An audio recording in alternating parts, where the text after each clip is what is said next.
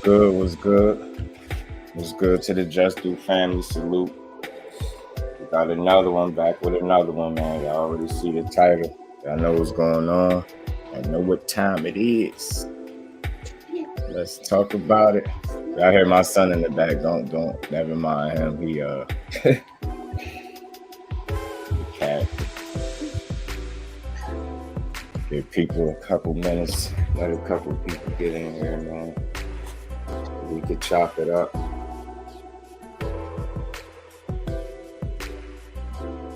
What's on the menu for today? Charlo Castano rematch. I want to know what the people think about Castile Clayton, man. Is it a real test for Boots? Or is he just another stepping stone? And is Boots going to walk through this dude just like he been doing everybody else he fought?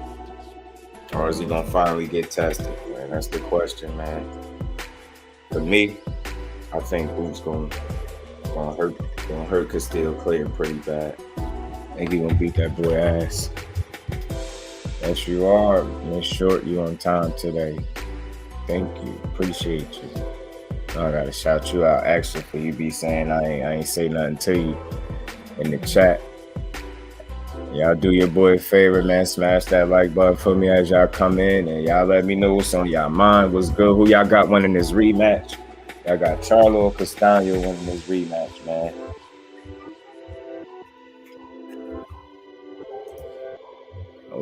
Jose Diaz, salute my bro. Appreciate you for sliding through, kicking it with me. St. Louis, my bro. Appreciate you. You think Boots is gonna beat that ass? Yes, I think so too. Boots gonna destroy him. You know, I still gotta ask because the question is he a test? Is that gonna be a test for Boots? Food for thought was good. Appreciate you for sliding through. Charlo KO within 8. Okay, let's talk about it, man. Let's talk about it. Hold on. I got a clip or two in here. But yeah.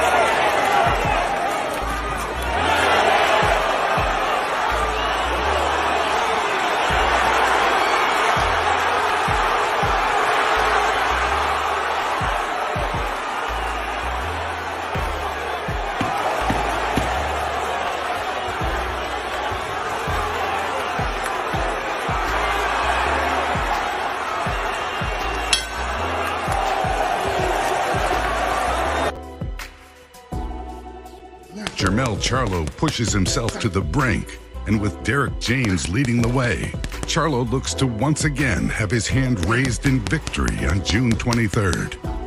I did about 20 of them already. Get 20, get 20, get 30, get 30. I was a boxer also, so being a boxer, I know everything they say to try to kind of stall time or what to say to inspire him.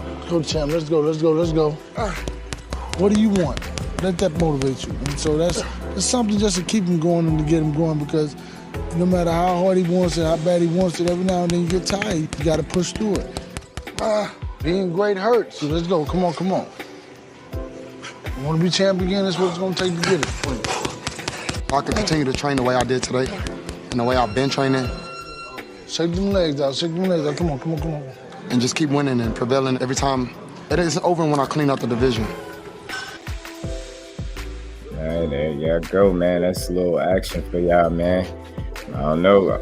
I think Charlo gonna clean it up. He gonna clean some stuff up in this fight, man. I think he gonna definitely beat this dude a lot more clearly, a lot, convincingly this trip. I think he might not even leave it to the judges, to be honest with you, because one thing about Castano that we know, he like to fight, and I could appreciate that because he's not gonna be in a boring fight. He ain't coming to lay down, but the more he throw, the more opportunities for Charlo. And I think as long as he keep his back off the ropes, he'd be all right. He just got to keep his back off the ropes and listen to Derek James be the boss in there and back Castano up. You know what I'm saying? And catch him in between his shots. Don't just Don't be content with letting him get his off, and then you get yours.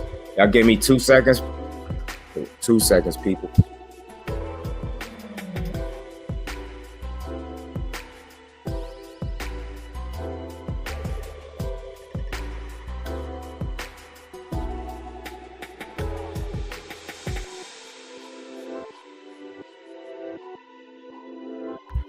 My bad, people. Yeah, but like I said, man, long as he keep his back off the ropes, he listen to Derek James.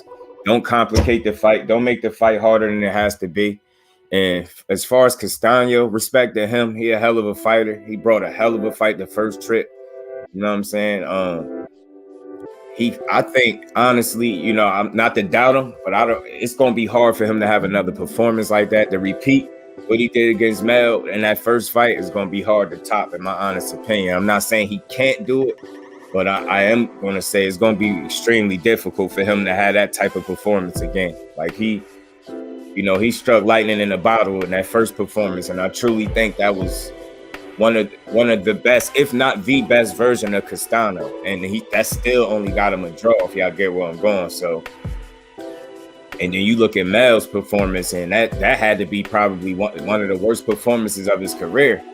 You see what I'm saying? If we being honest, and that still only got him a draw. So, you know, I think he just got to clean some things up in terms of game plan and strategy, and not so much. He just got to listen more to Derek James. Like, he not listening to Derek James is making it worse for him, making the fight harder than it need to be. Charlo, you got to bring the heat. You got to bring the smoke straight. Walk him down. Yeah. You got to be the boss in there. You got to just be the boss in there. That was excellent. Rematches, I think so too, St. Louis, for sure. Y'all smash the like button for your boys. Y'all come through, man. I could see Castano getting on his bike more in this fight. Mel on his A game. Yeah, and salute to Kano, man. Kano Local Sports, man. He touched on it a little bit. He said he felt like Jamel was about 70% of himself in that fight, and he just wasn't able to offer 100% of himself. And I get what he's saying, because if you just look at the performance, you just know that wasn't Mel's best. And credit to Castano, some of that is because of what Castano was doing, and then, you know, some of it was because of what Jamel wasn't doing and what he was allowing Castano to do in spots where he just like languished either on the ropes. Like, he got buzzed a little bit in this fight, you know what I mean? And it wasn't nothing too crazy, but, you know, he fought right through it. But he hurt Castano, you know, quite a few times in that fight. And it was back and forth action for the most part. You're right, today you could leave nothing to the judges. Yeah. And I think, you know, Charlo, you already know he coming to hurt you. Yeah, exactly. All you gotta do is follow instructions and it'll be Gucci. Castano just doesn't have the same tools as Charlo, and that's a fact. And people might not see that because his best, you know, attribute is his offense. Castano, he gets hit. He's there to be hit, and he throws a lot of punches, so he you know, he's there to be hit, basically. And, you know, as long as Charlo is controlling the distance and range, you know what I'm saying, I think he'll limit Castano's output. I think what should be important, you know, if he's able to do that at all in this fight, like lower Castano's output with, you know, picking the rank, which range to fight at, you get what I'm saying? As long as if he's able to do that and lower Castano output, that just raises Jamel's chances of beating him substantially, in my opinion, because like I said, his best asset is his offense and him throwing a lot of punches at high volume and shit like that. So, you know, if that's not the case, if he's not able to do that, then I really don't see no area in the fight where he really gonna be able to, you know, fuck with Jamel respectfully. Like, if he's not ripping a whole bunch of punches, you know, his chances are slim. If you're gonna just try to, you know, stay on the outside or whatever the case is and box, he gonna be in for a long or possibly short night. You know what I mean? If he want to be extra aggressive, man, I think that could lead to him getting stopped in this fight. You know what I mean? But Mel gonna have to earn it. It ain't gonna be easy. I know this dude gonna come to fight.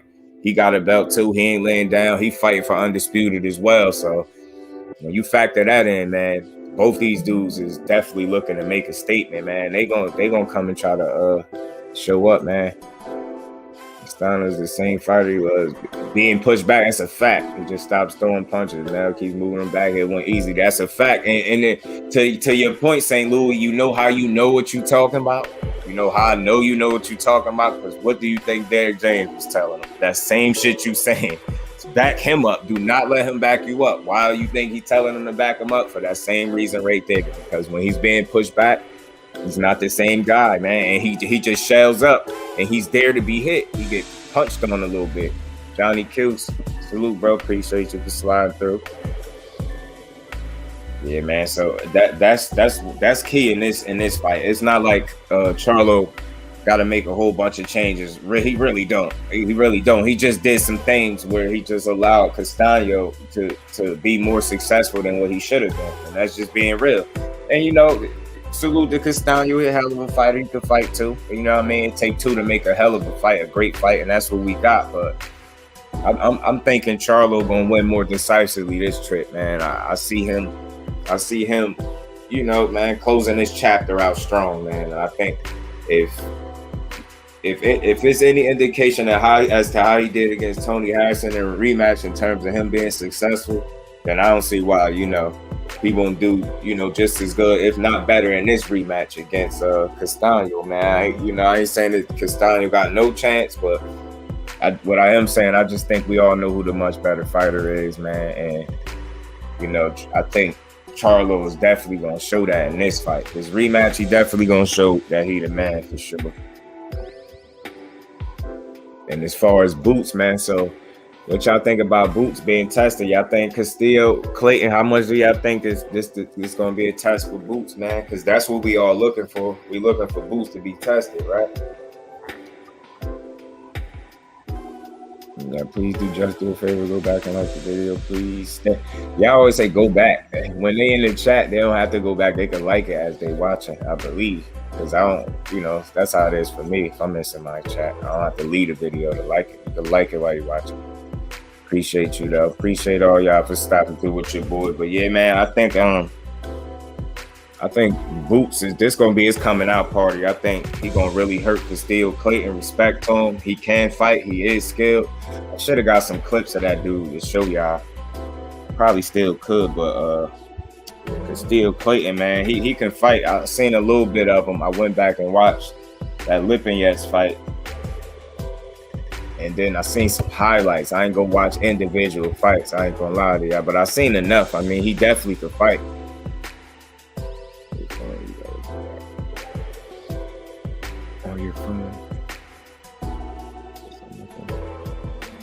I'm not sure if Clayton will be the guy to test him. Oh, on your phone, you got to go back? You do? I don't know. I wonder why. I don't. Like when I'm watching, you talking about the YouTube, right, T? Like you got to go back to like a video? Oh, that's crazy. I ain't know that for me. I like when I'm watching it. Unless y'all, I wonder, do y'all got YouTube the app on your phone, or do you go through your browser? Because I know y'all rich folk got iPhones and shit. I got an Android over this side. So you're not sure Clay would be the guy to test him. Yeah, you know, I had some people commenting saying they think he gonna test Boots, and you know, I had somebody saying he gonna upset Boots actually. They ain't say stop him, but they said he gonna upset him. I don't know if he has the firepower to test Boots. He has the skills. I don't know if he can keep Boots off him.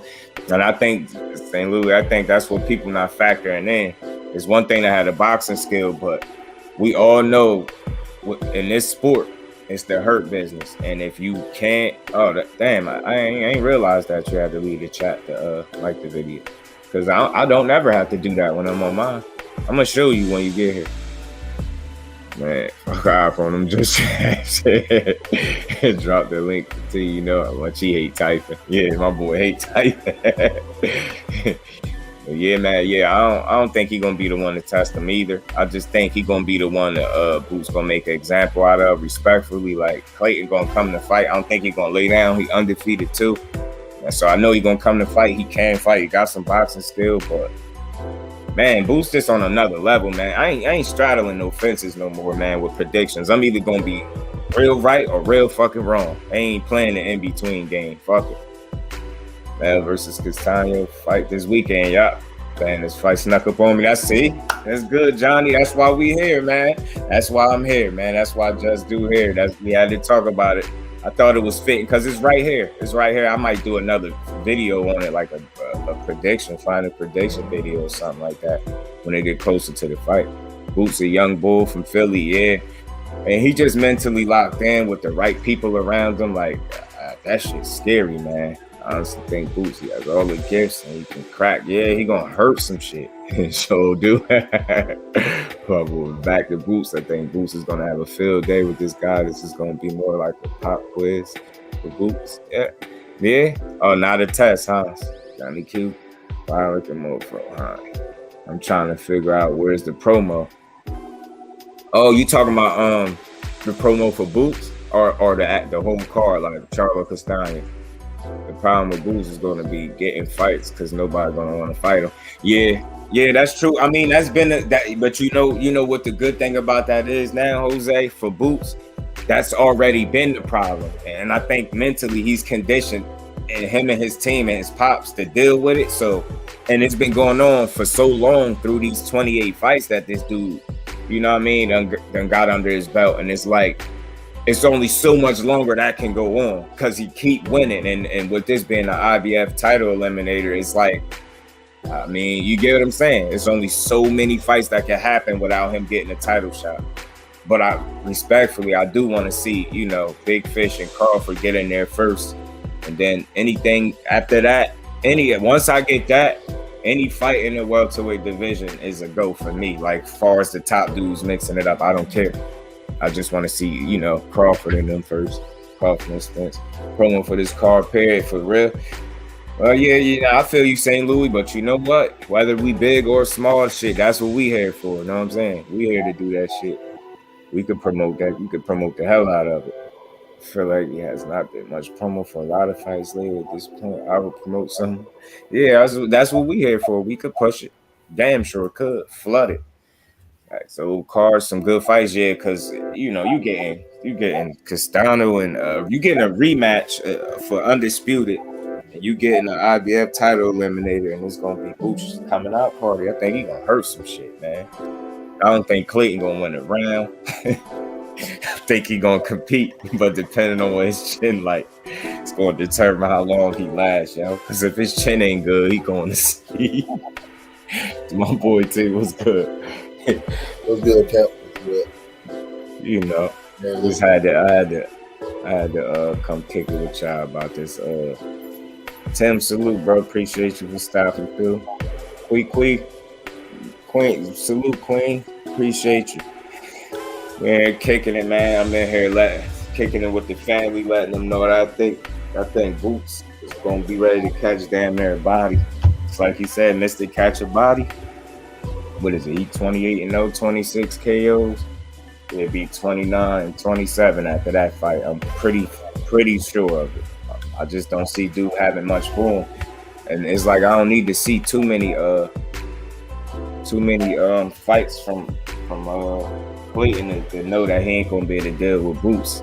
I seen enough with that Lipinets fight, and whether he won it or not, the fact that dude stuck around for the whole fight is just told me everything I need to know. Boots gonna be on his ass for real. Whoever doesn't see that Boots another yeah. I mean, but see that's why I asked the question. I don't just be trying to ask the question.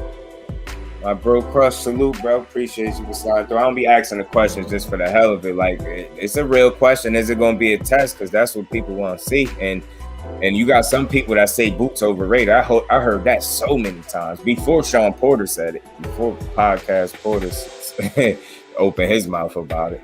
The question is how many rounds? That's what I was thinking. How many rounds? And I said, depending on his chin, is going to determine how many rounds he go. Because Boots ain't coming to play with that dude. In no way, shape, or form is he coming to play with him. And he said it already. He coming to make a statement. I believe him. He gonna hurt it. He gonna hurt that man. I just wonder what's next for him and how much longer until he actually get his shot. But like I said, I'd rather see undisputed before he get that title shot. Cause got a feeling, man. I don't know how you feel about it, T, but once somebody get Boots a title shot, man, he get that belt. I got a feeling he gonna be holding on to that shit for a minute. Yeah, John. They be saying Boots overrated. He's gonna line the way he's lining up. The way he's lining up, he gonna probably get a faking belt. Mm-hmm. Yeah. Yeah. He's lining up for him. Yeah, I could see that He too. said something about Speedy Rashid in one of his recent interviews. He said he'll fight Speedy. Yeah. Said he'll fight Conor Bean too if it came up. Speedy said that? No, Boo said that. Oh shit. Oh, he said names. I kind of missed that one. Oh, he said he'd fight Quick Canelo overrated ass. He basic as hell, especially after Saturday. Oh, so he calling names. He said he want. That's the shit we want to hear because Conor Ben. If Conor Ben ain't gonna call for somebody got called for his ass. They asked him about him and he answered. He said he'll fight. Mm-hmm. Yeah, I'm with that kind of energy. I like that. No, he ain't saying he overrated. He's saying he's saying is people saying Boots overrated. He said they bugging. He ain't saying Boots is overrated. He's saying people that saying Boots overrated, they bugging. Boots get on the intern. Then after this, vacant joint. Yeah, I think they gonna find a way to kind of work something out for him where they could kind of keep him satisfied for the time being, some type of way. So that shit makes sense. Like they gonna find a way to do something because he deserve it. Like I say, he got more fights than Earl. Same many, matter of fact, they got the same amount of fights right now. Like dude gonna have one more fight than Spence. So that should tell you something. Yeah, that's why he was telling you they bugging.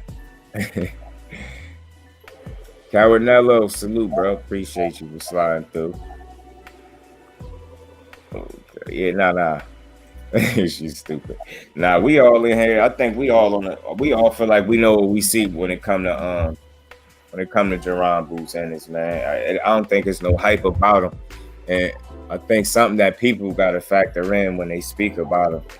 Even though he ain't had the names yet. But you see how hard he worked. You see how dedicated he is. He locked in. He ain't distracted. You don't hear nothing bad about him. He just train hard, show up to fight, knock you out, take a break, go back to training. Like it's really like what you see is what you get with him. So it's like I mean, some of the questions are fair. You know, like what his chin like and can he take a shot or what's going to happen when somebody push him? All that stuff is fair, but I think what we seeing with him is the real deal. So even just like Shakur, they saying that he had no chin. And I mean, what I seen when he got hit by Valdez, he got hit quite a few times. He even got his face marked up a little bit from getting caught with the same shot. And he ain't fooled, so I think it'll be the same for Boots, man. I think he a little bit different, man. I just think the shit that he doing look a little bit more crazy. Don't forget, yeah, sir. Appreciate y'all. Yeah, I think the shit he doing just look a little tad bit more shot out. I had this other clip with Charlo, man. Some shit, but I hate the music. I always got some type of copyrighted music in the back. It was a clip with somebody breaking down his jab and all types of shit. It was like 4 minutes. Porter, he just Wild Charlo or Jamel? My bad, Jamel, yeah. Somebody was breaking down his hook and something else. It was like 4 minutes. It was dope though, but I think the music in the back, I still got it up here, but I just ain't want to play it because then I'm gonna have to just clip it out at the same time. It's like fuck it. Yeah, man, he ain't playing this trip. Long as he listen to Derek, man, he gonna be good. He just gotta fight like he know better. Yeah, nobody could stand Porter. He weird. Damn it, man, was good, bro. Yeah, everybody tired of Porter. Yeah, I think at this point he be trying to get clicks and shit because there's no way he can feel the way he be feeling about some of this shit that he be saying. Like I can't rock with him. Trying to help his show, trying to boost his show and shit. You know what I'm saying? And I think that's a lame ass approach because the show was decent anyway. You see what I'm saying?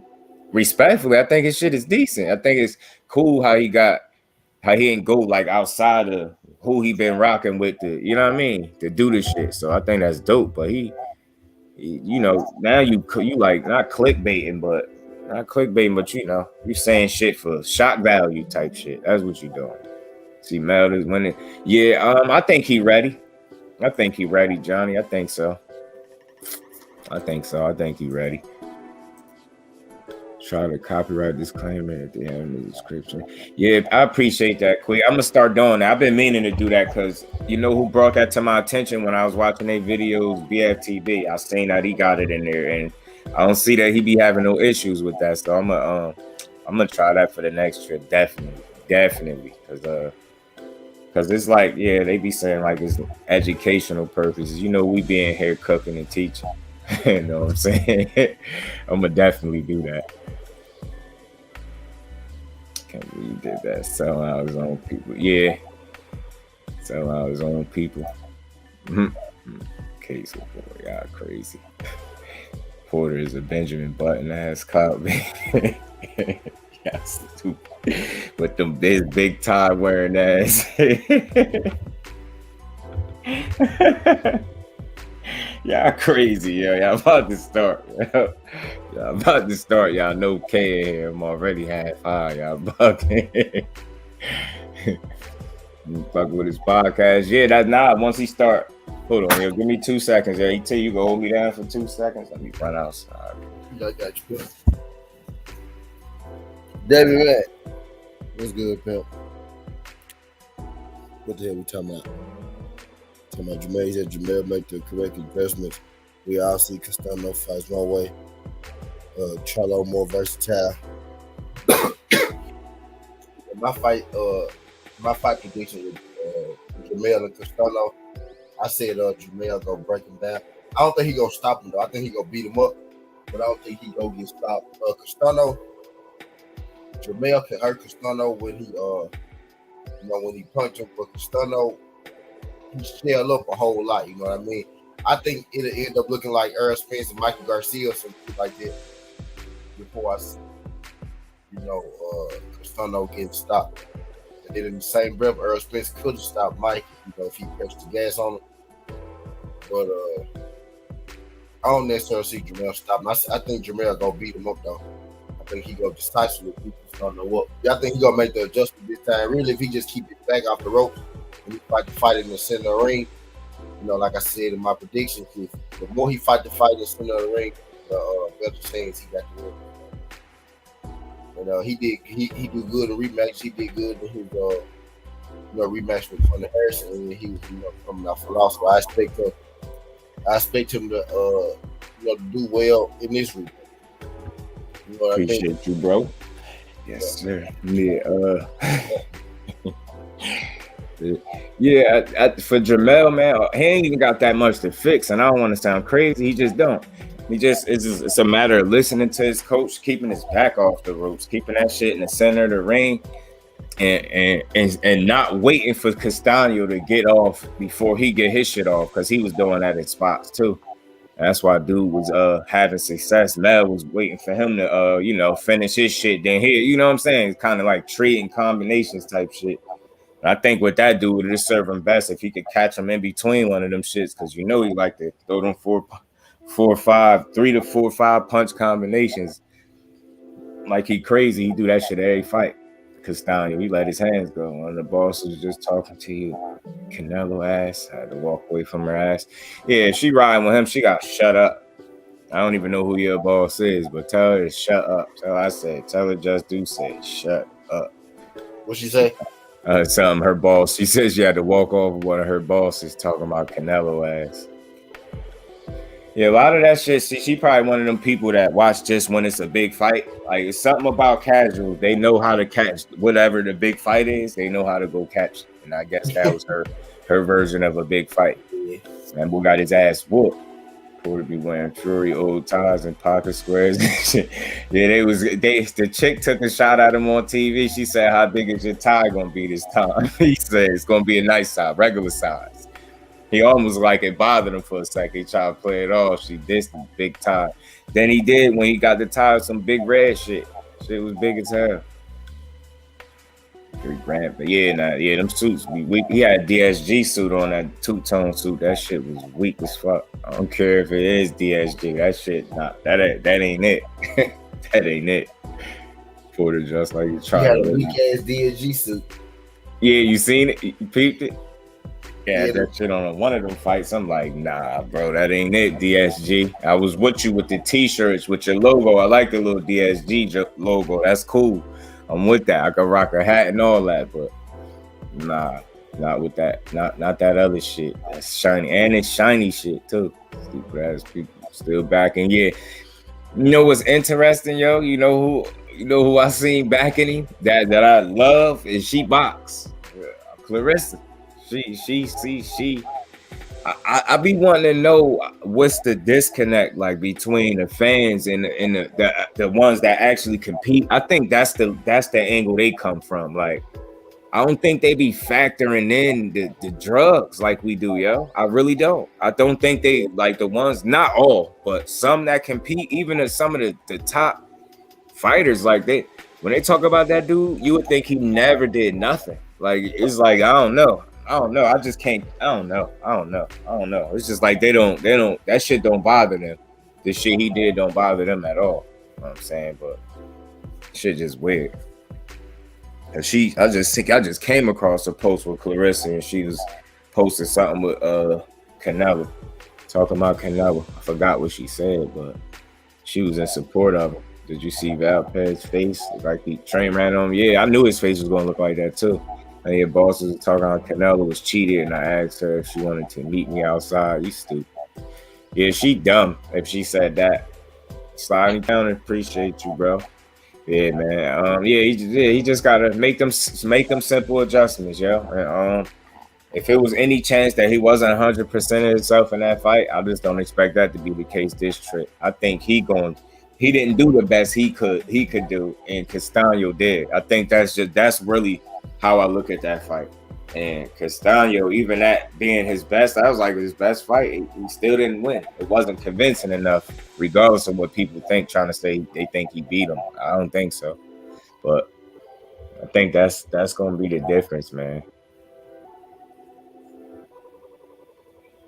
His head brain thinks he won. Yeah, Canelo think he won too. Yeah, they said, yeah. Canelo don't think he won. Somebody said, I couldn't believe he said that. He really said that. He said he lost 4 5 rounds at the most, or some shit like that. I was like, this dude is something. Yeah, he might be concussed. Something wrong with him. Because ain't no way in hell you just lost. Man, I just don't understand how he could sit up there. And he had a straight face when he said it too. Canelo paid for him to win 5 rounds only. It was a big fight, and she had a cookout and all. Her cookout. And her meat probably had clenbuterol in it too. And no seasoning, because I know she white. No seasoning and clenbuterol in it. Talking that dumb shit. He won. Yeah, yo. He foolish, man. He far away. He a long ways away from reality if he think he won that fight. But I heard him say it. He really said he lost 4 or 5 rounds at the most. Talking about he think he did enough. Don't believe that shit. Oh yeah, St. Louis, man. That shit you sent, yeah, man. That's you gonna give me some ideas. That's dope, right there. I already see you gonna have to go in on him with that. That shit look like you ready to serve his ass on a platter. Is he still making everybody live? Pretty much. That's what I've been seeing. Ain't nobody touch on it. Goat was saying that they dare to be great BS. Yeah. And it's like, I guess that's the side she looking at it on. Like, she know what it's like to do that. But I'm looking at it like, that's why it's good to have conversation. And I think, like, we got to understand what she's saying. That's just her opinion. That's her opinion. Like, she look at it, her viewpoint is he was daring to be great. For us, respectfully, we look at it as he was trying to avoid the fights that the people wanted the most to take the fights that he wanted to take. And that then it just backfired. And I kept saying it, man. It's time for him to fight somebody that want to fight him. Like I said, Beagle was up for the challenge and he did his thing. He surprised me and all that. But he wasn't necessarily checking for Canelo. That's what I'm saying. So it's like, I think I was saying it yesterday. I hope now after this happened that he don't just Like, you know, because he got two choices. He either gonna play it cautious and fight John Ryder. I keep saying that because I heard that name, or he gonna go and fight somebody for real. Because you know what I mean? He gonna either fight somebody the fans want to see him fight, or he gonna pick another fight that he want. And I just don't think, being that he lost, underestimating or miscalculating, however they want to phrase it, I think he lost, miscalculating, underestimating Beevil. That don't give him the right to take a bullshit fight in his next fight, and that's just something I hope he really don't do, because it's gonna piss me off. Like, I'm that face of, but they better not ever call him the face of boxing again either. And that Castano salute, bro. Appreciate you for signing through, and they better not ever call him the face of boxing to me again. That man fought 12 rounds and ain't make a single fucking adjustment. You know, I don't ever want to hear that again. Ever. That shit wild. Like, the fact that all this shit that we hating and all that's wild. Like, you can't even call him out. You can't even critique the performance. Are you hating? He got beat up. And it would make it worse. He's saying he didn't. And he said it with a straight face, but he had shades on. See what I'm saying? So you know his ass was lying under them shades. So that shit with a straight face, bro. For real. I'm like, man, this dude is, I call him Canelo. For Canelo to continue to walk around all high and mighty, like he's done nothing wrong. That's what I'm saying. Accountability and responsibility while surrounded by yes men is how Canelo has been making it. It's 100% I agree. And that I think when you start to have those yes men that you talking about, I think that's part of the reason why he kind of sniffing his own ass, so to speak. You get what I'm saying? It's like he can't come to grips with reality, because you got everybody still telling you probably fucking won. Like they was telling you could beat Floyd before you actually got in there and had to learn that you ain't have shit for him. I'm gonna watch that shit later. We'll watch that fight later just to see him get his ass beat. Oh shit, damn, you questioning his dog, St. Louis, so he got 0 dog. Yeah, I definitely don't hate him. I just don't like the moves. I don't appreciate it, but it's like, I think people don't understand. Y'all free to feel the way you want. The one thing I don't do, I don't tell people how to feel about something, or I don't tell people how to think. So it's like, for me, that dude, he ain't take the most dangerous challenge, but he masquerading like that's what he did. And then it's people really trying to run that weight bullshit like he ain't already fought at 75. I think that's bogus. And I think it's bogus how he was sitting there talking about maybe the weight affect him just a little bit. No, whatever, dude, you fought up there already. I ain't trying that shit. Said no heart whatsoever. Yeah, man. I ain't gonna diss him too bad, but I'm a realist, man. He chose what he wants to speak Spanish. Yeah, man. We was on his ass about that too. I was laughing that he did that. I couldn't believe he did that. I was like, man, Bivol done embarrassed this man now. He ain't even kick. He ain't fucking with us no more. He said, fuck the American public. I don't speak English no more. He looked over at the translator like, yo, what they say? I'm like, look at this dude. Or they ask him something in English, and then he'd respond in Spanish and look for the translator to clean it up. I'm like, yo, this dude crazy, yo. Yeah, I noticed that. And all right, he ain't shit as a fighter. I ain't gonna do him like that, because like, I gotta try to be transparent. He can fight, obviously, because you know what I mean? He beat a lot of ass, but I just think that bullshit caught up to him. The complacency, the hand picking, he got too spoiled. You see what I'm saying?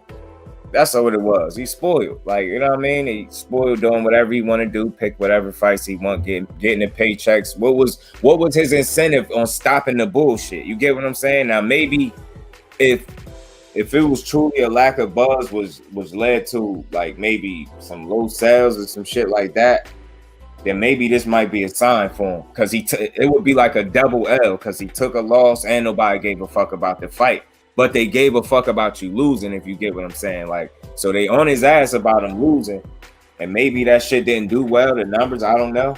I don't have no numbers in front of me, but I'm just assuming the lack of buzz resorted into it not doing well in terms of like people giving a fuck, but everybody heard the end result is that he lost. His next move, not really, but I think he's saying 68 for sure. I think he's saying he's definitely more comfortable there. And if you know how we know, he got all the belts down there, so he got to make a move. I seriously doubt. And he said no at some point, kinda like he said no to 75. I don't think he doing that again. I really don't. So the thing you could get into his head, like Harrison did, he needs to relax and just throw lightning and thunder, bring all the smoke, walk him down. Oh, you talking about Charlo and Castano? Yeah. Just I can't stress this enough. I ain't no boxer, I ain't no trainer, but man, you know when a dude is telling somebody the right shit, and I'm telling you, if Jamel Charlo want to win that fight, all he gotta do is listen to the man that's in his corner. That's it. There ain't even nothing else crazy he gotta do. He ain't gotta train no differently and none of that shit. None of that. Usually you'll be like, the fighter. Maybe if they do all this and that, no, just keep your back off the ropes and listen to your trainer. You know what I mean? And don't wait for him to get his shots off before you think about throwing yours. That's just that's my opinion.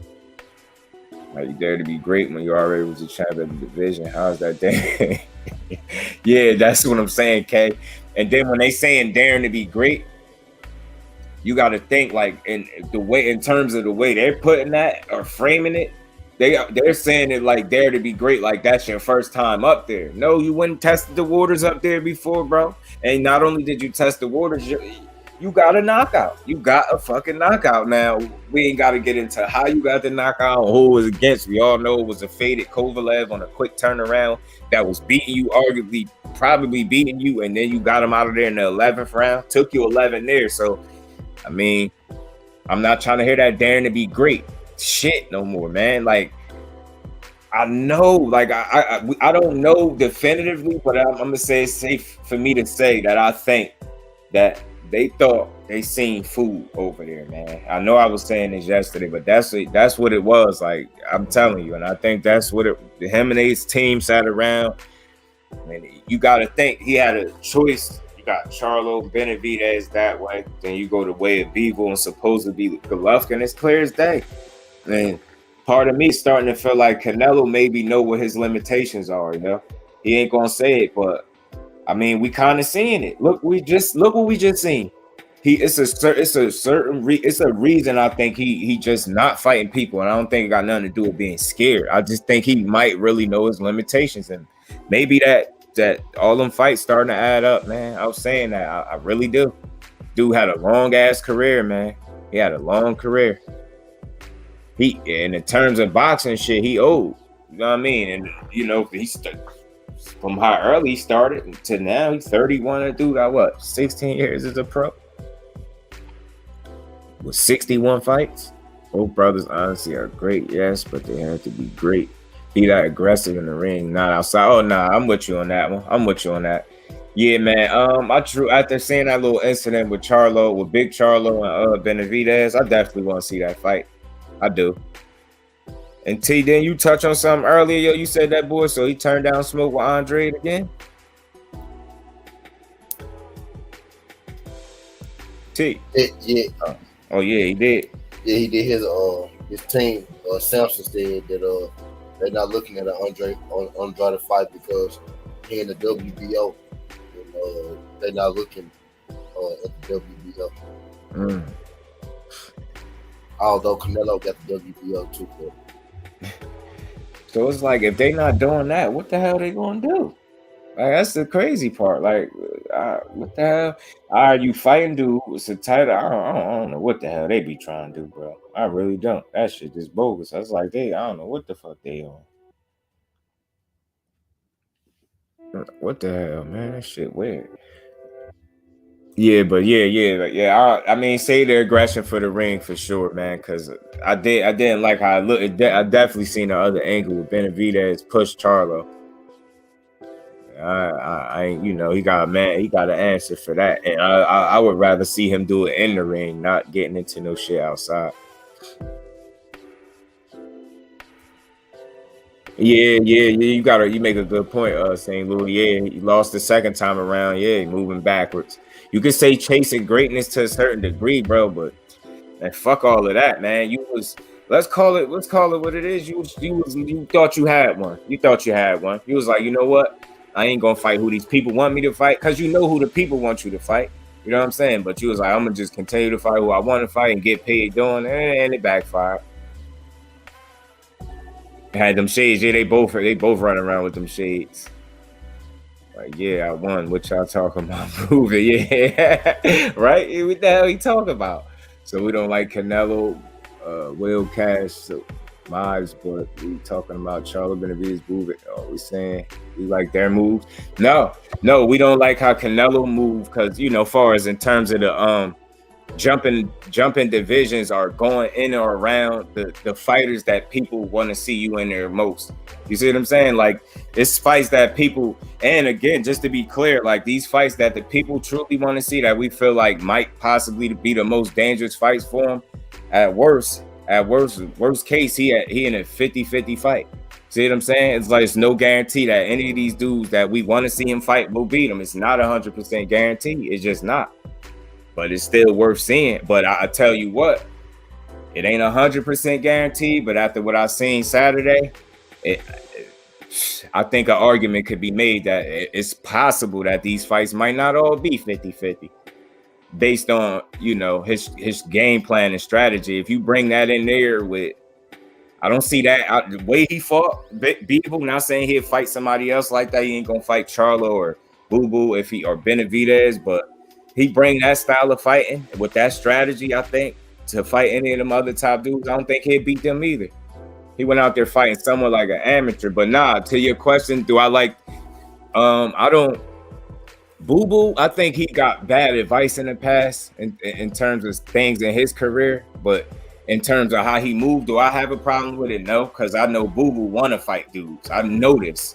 Like, he said it for years. Like, this would be what, his third division he been in there with Canelo? You at least get that man a shot. You know what I'm saying? You fought a bunch of dudes that didn't deserve to be in there with you. So it's not a personal attack on Canelo. It's the real. Like, in my opinion, yours might be different, but he danced around the top competition and fought who he wanted to fight. And then it's like, when people call him out on it, it's like, we don't have to accept, we the consumer. Like, we don't have to accept what he give us. We don't have to say, yeah, we're gonna watch this fight. We don't want to watch it. You get what I'm saying? Like, and I feel like when people are calling you the face of the sport, and he act like he the king of the sport, they calling him King Nello and God Nello. I think you have a responsibility, and you owe it to your fans and your people to get them the best shows possible, because you're getting paid that much money to do it. See what I'm saying? You can't have it all your way. You want the big paydays, and you want the big paydays for the least risk. And it's like, you can't be the face of boxing then, or don't carry yourself like that. Don't tell people when you hear somebody say that, don't call you that. Trying to figure out his next payday, and that's what it looked like. It's money over legacy right now. Money and business over legacy with that dude. And like I say, he got a responsibility to the people. I think that's the reason he get them high paydays, to get them the best absolute shows possible. I don't think that's asking too much of him. I just really don't. It's not. Especially, it's like on one end he held on his pedestal, but you just want him to move accordingly. That's not asking that man for too much. Either do it or step down. It's like, or expect to continue to get critiqued by people that really watch boxing, like not people that's just fans of individual fighters. Like, we want to see the best possible fights, and although that fight was, it was kind of one-sided action, that's not the fight we was calling for. Nobody was calling for Beevil and Canelo. Like, nobody asked him to go up there and bother that fucking man anyway. Get his ass punched on. Ain't nobody asked him. You should have left well enough alone. Hold on, what'd you say, bro? Needed the stoppage to win, and he was using footwork at the end of the fight, surviving. Exactly. Let's talk about it. And he was tired. Canelo, he goes, it's cold, bro. I'm going to diss his ass until he retires. Y'all crazy. Ryan Garcia versus Isaac Cruz just got ordered. Oh yeah. So maybe he wasn't lying when he said because I hear his next fight was supposed to be like July 16th, 17th, something like that. July, one of them. So it just got ordered to him and Isaac Cruz, and Pitbull about to sleep his ass. Man, I ain't even lying to you, yo. If he fight Pitbull Cruz next, win, lose, or draw, I respect him. I promise you. If he fight Pitbull Cruz, if Ryan Garcia fight Pitbull Cruz next, I respect him. Win, lose, or draw, I respect it. I even if he lost, I wouldn't even, I wouldn't even come through. I might have to go to that.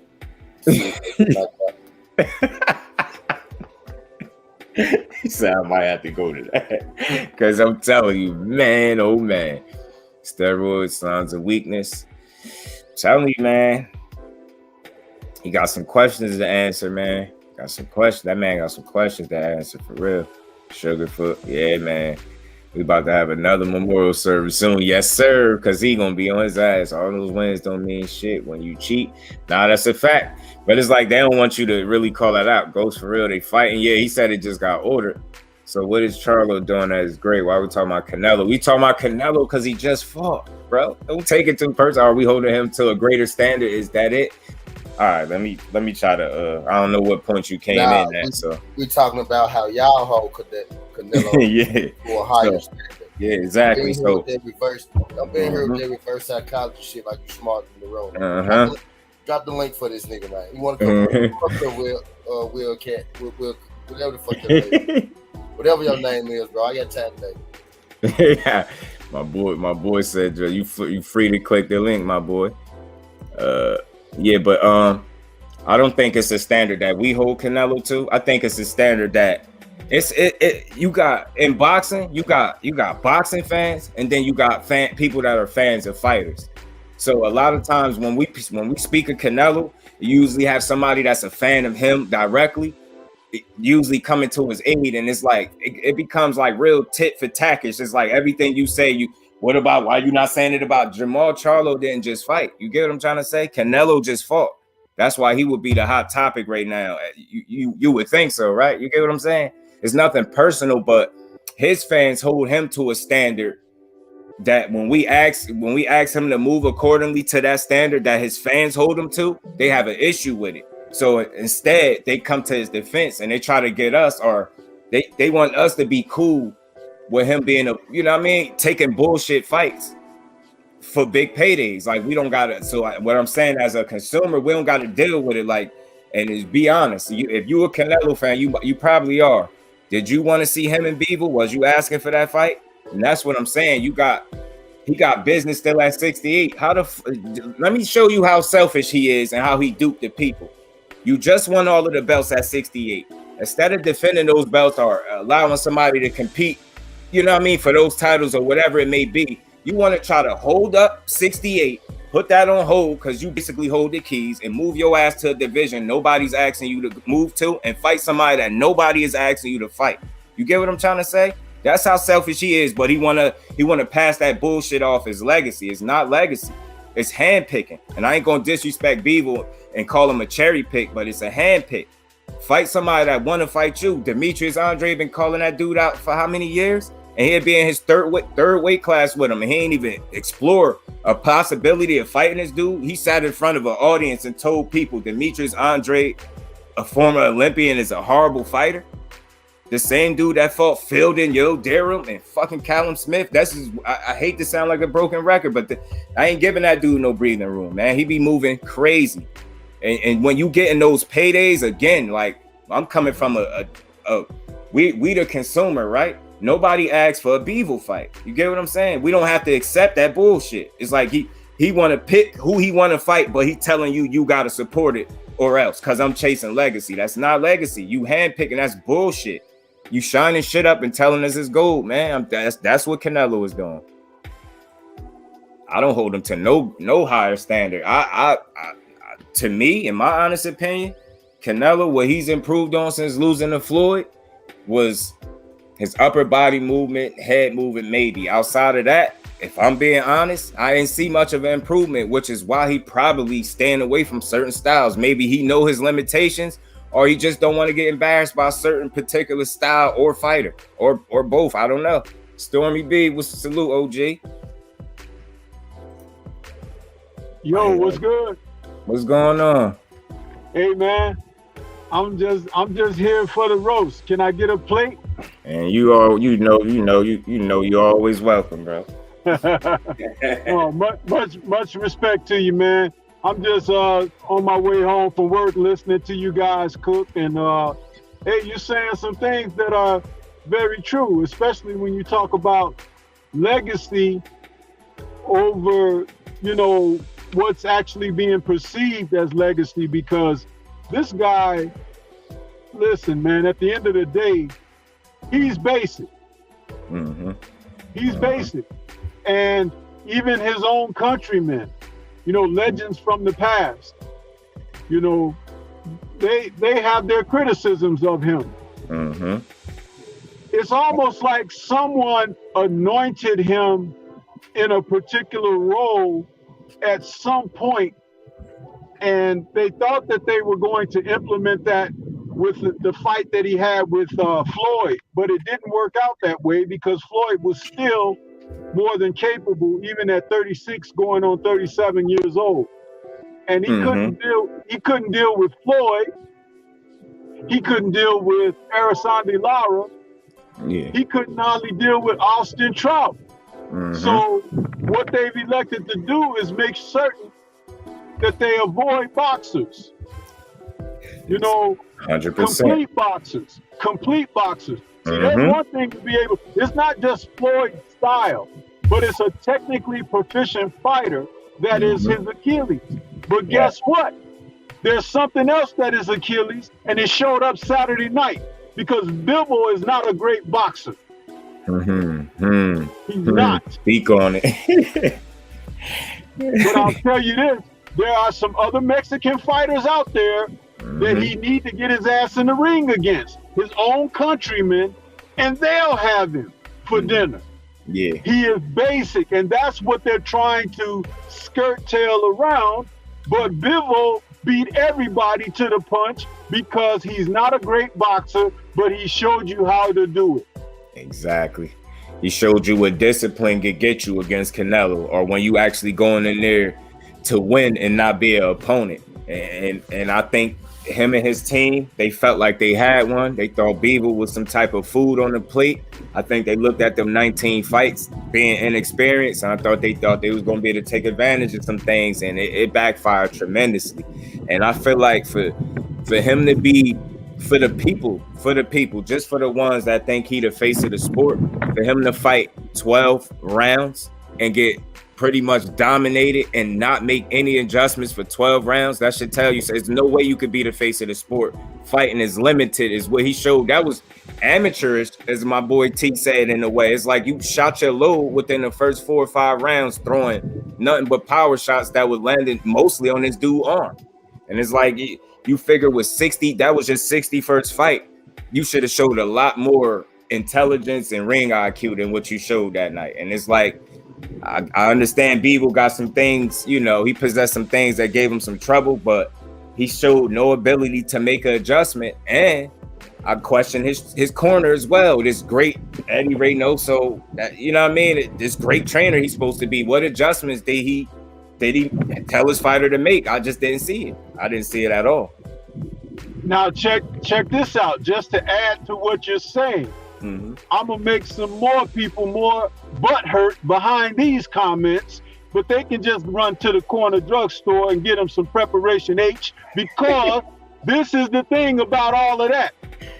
Bivol wasn't even the best light heavyweight. Nope. And they try to force him to be that after they try to claim that after he beat Canelo, not before. They waited till after he beat Canelo and tried to claim Bivol was the best light heavyweight. He went up there to be great. He tried to fight the most dangerous light heavyweight. I'm like, man, y'all wasn't saying that until he beat that man. Now y'all saying he's the most dangerous. Nah, I'm not buying it. Another excuse. If it were Artur Beterbiev, I will put something on your mind. If it were Artur Beterbiev, yes, you know what the outcome would have been? A possible knockout, if you ask me. Hold fast. Possible? Let me tell you what it would have been if it were Artur Beterbiev. Did you notice how when Bivol showed some strength, he went back up against the ropes and everything, right? He kind of beckoned him in and whatever. He did. If that were Artur Beterbiev, let me just refresh your memory. Do you remember the knockout that Ray Mercer had over Tommy Morrison? Yeah, wow. Damn, that's what you would have seen. That bad? That's what you would have seen. Man, I thought he almost killed Tommy Morrison in that fight when he did that to him, man. That's what you would have That'd seen. be bad for Canelo, yeah. And I'm saying with Bitter Beef doing it, yeah, Ray Mercer was kind of going wild on Morrison for that highlight reel knockout. But what I'm trying to say is, I'm not trying to say that Bitter Beef is wild.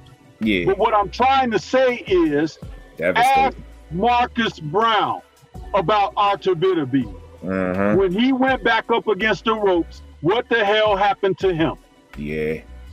Submission. Yeah. He looked shocked at some point, man. Like we just could tell, like he didn't want no more of that. He tried. I respect him. He tried, but Arthur Beterbiev just broke his will and just broke him down, man. It's like that kid. And I know he dangerous because anybody that get a cut, a split, that type of gash that he had in the center of his forehead, I for sure thought that was gonna bother him just a little bit.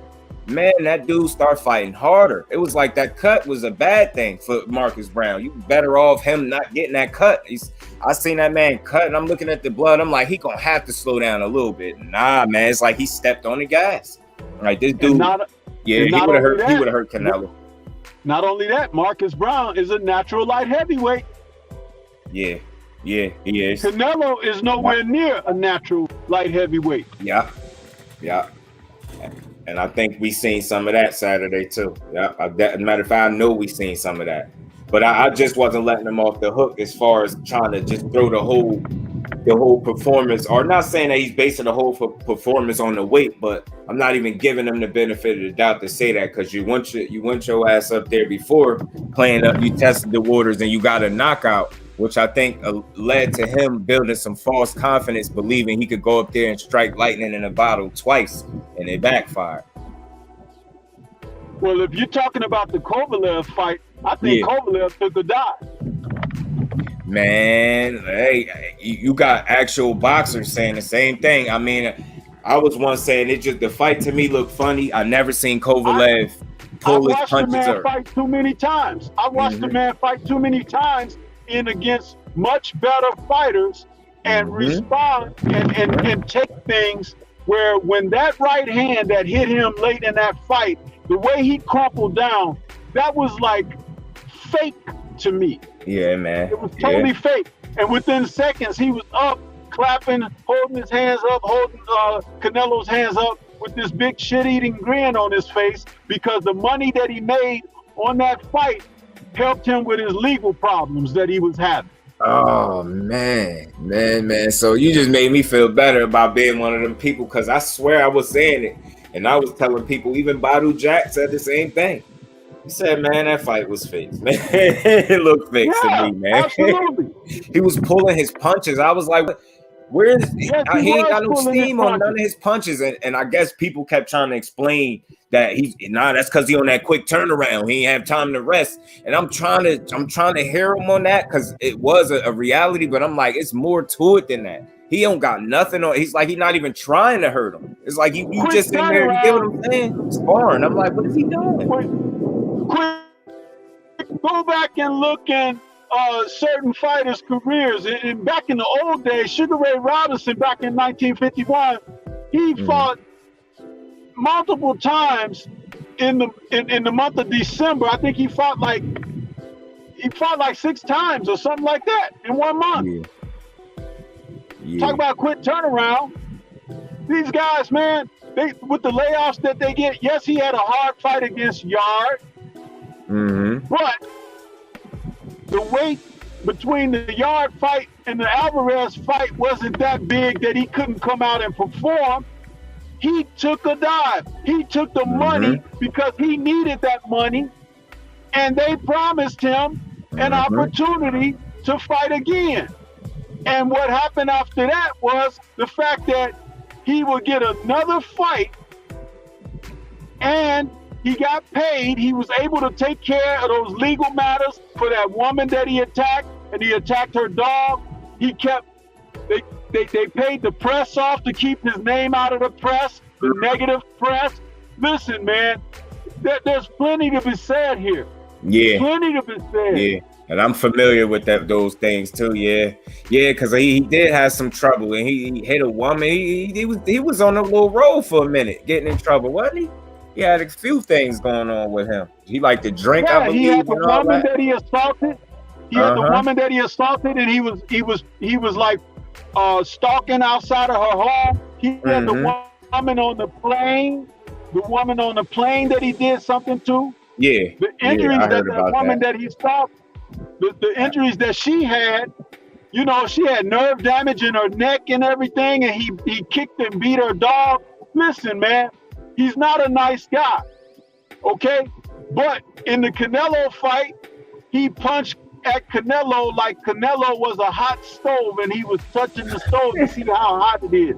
He wasn't going through with his punches at all. Yeah. This the truth that they can't stomach this type of truth right here, man.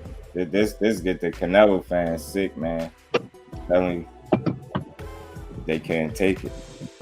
And as I was trying to tell dude in the chat, I think he thought it was a personal attack on Canelo.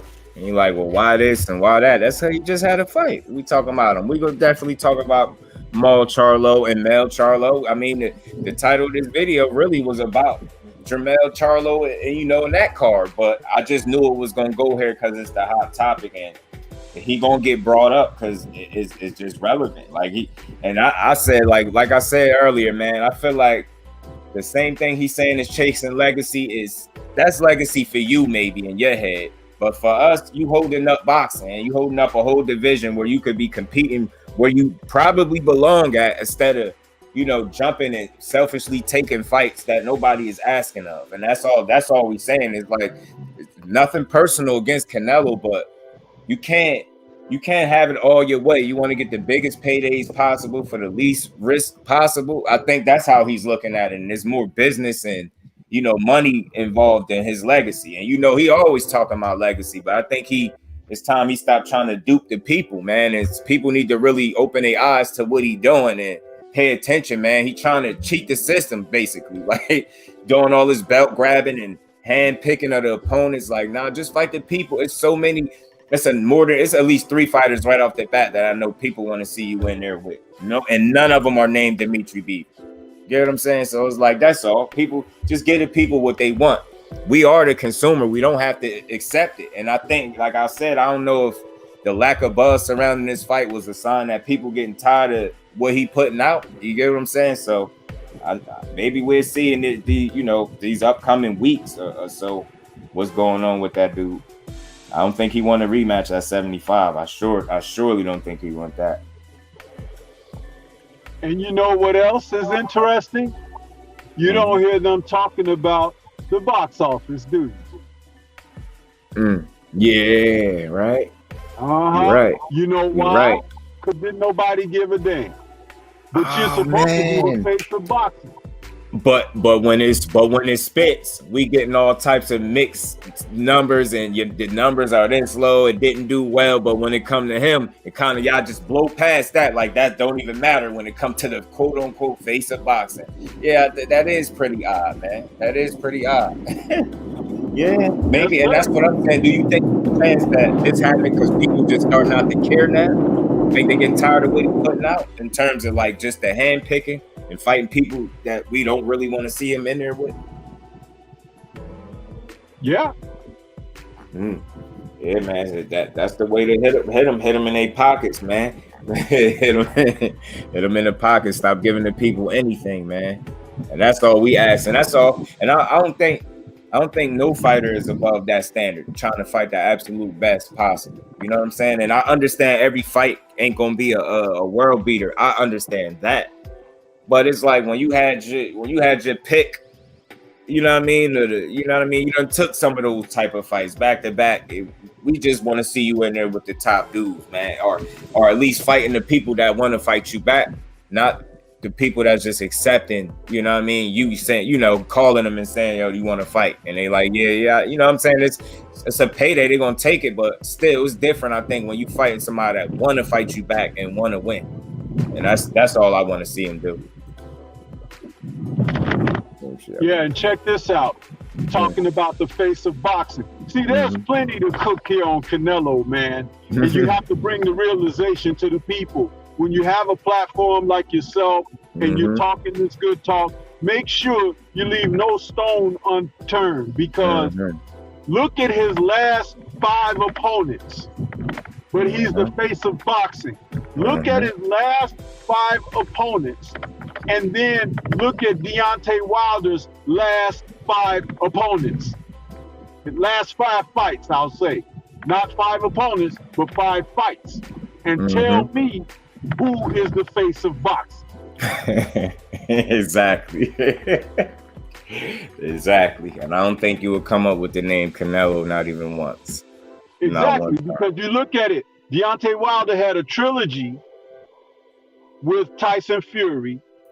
Then he had a dual fight with Luis King Kong Ortiz, mixed in with a fight, I believe it was over, what was it, Dominic Brazil? So it's like, that's Deontay's last 6 fights. Yeah. So you're talking about 2 of the top heavyweights in the world that he faced 5 times.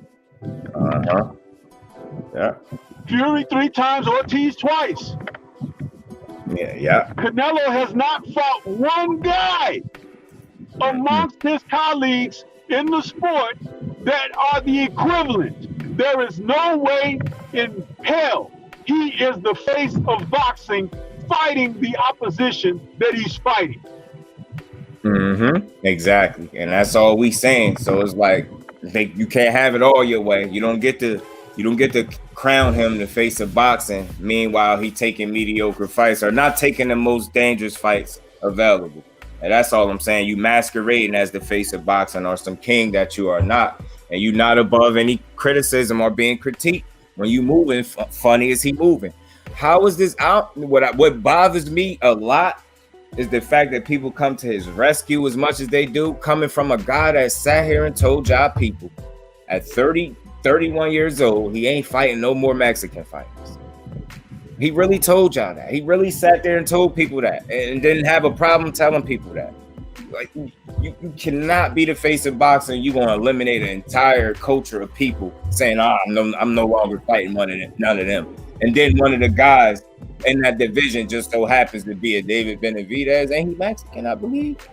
So it's kind of you indirectly but directly telling people like me, I ain't fighting him. So that's why I said that. Like, who else would you be trying to avoid that? I just never heard a champion say something like that and not get criticized for it. You got to get criticized. You're going to say to the boxing world, you are no longer fighting Mexican. It's just crazy to me. And then we know you. I don't think he's scared of anybody, but we know the play. You're avoiding top dogs, man. You're avoiding a specific style of fighter or styles of fighters, or a more complete fighters, athletic fighters, ones that just don't have that straight up and down basic type of style. And I don't think he want to deal with it. And I swear, after I seen him just fight a fight for 12 rounds and not make an adjustment, man, all this here just watch Charlo and Andre and Benavidez. You gotta show me. I have to see that now. I have to see those fights, because if you got confidence that he can handle those dudes with ease after what you just seen, let's see it. I mean, I'm tired of hearing Charlo, Benavidez, and Andre is easy work for him. And if that were true, all those dudes are undefeated with names. You would have fought in them, at least one of them. So it's like, if his people want to say they're easy, just show us the fight so we can see just how easy they are for y'all. Listen, man, I want to come back and fuck him up a little bit more. Just one more punch on the chin, okay?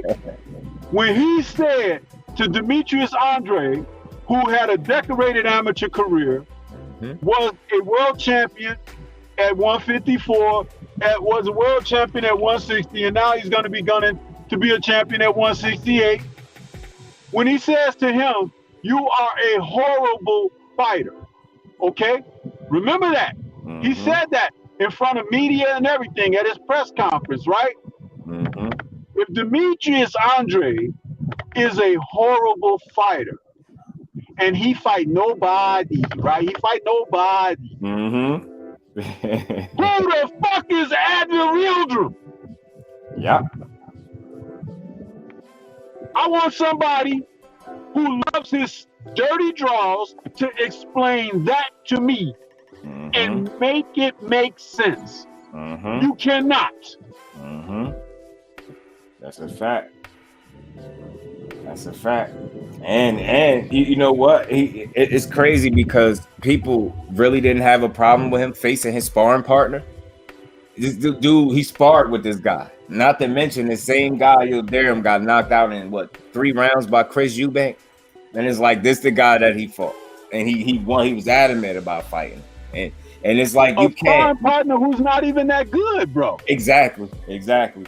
But Demetrius Andre is nobody. He's nothing, right? Exactly.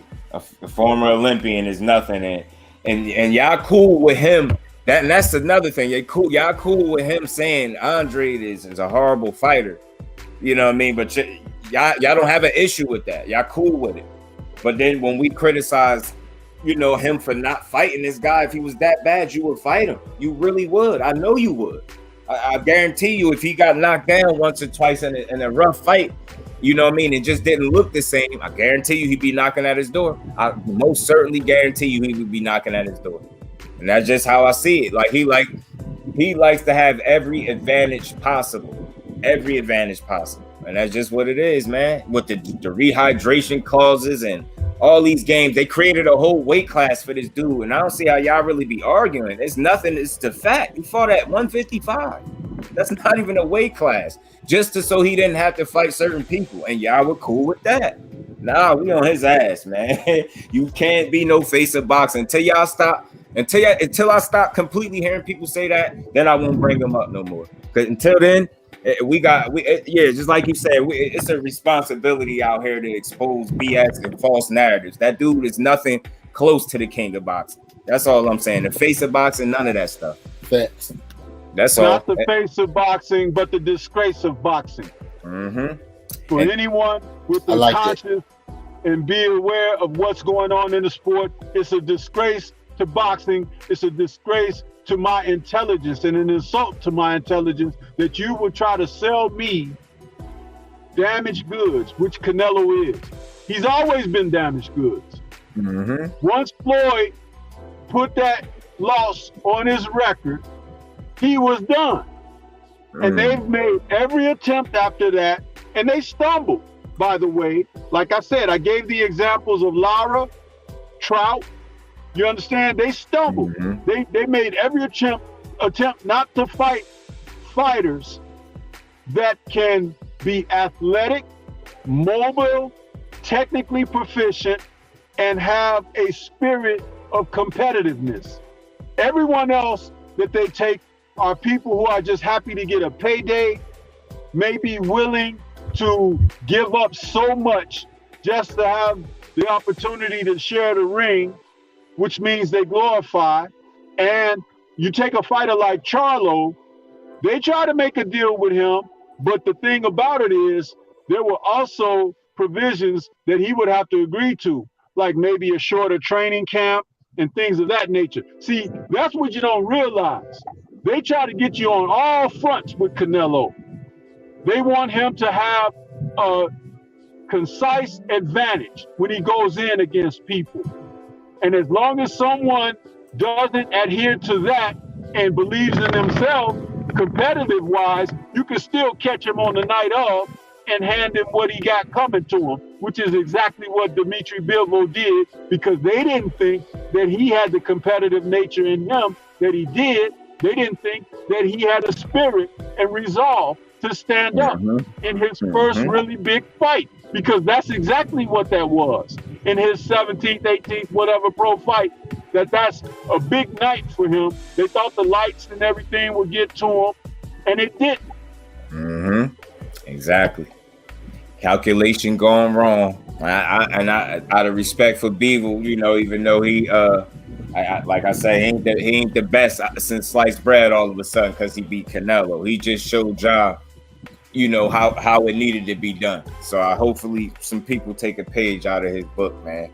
Hopefully, if they even get the opportunity to get in there with him after this, because like I said, I think after this loss, he got two choices. He either He either gonna, play it conservative and go after that John Ryder dude, or he gonna actually get people the fights they want to see.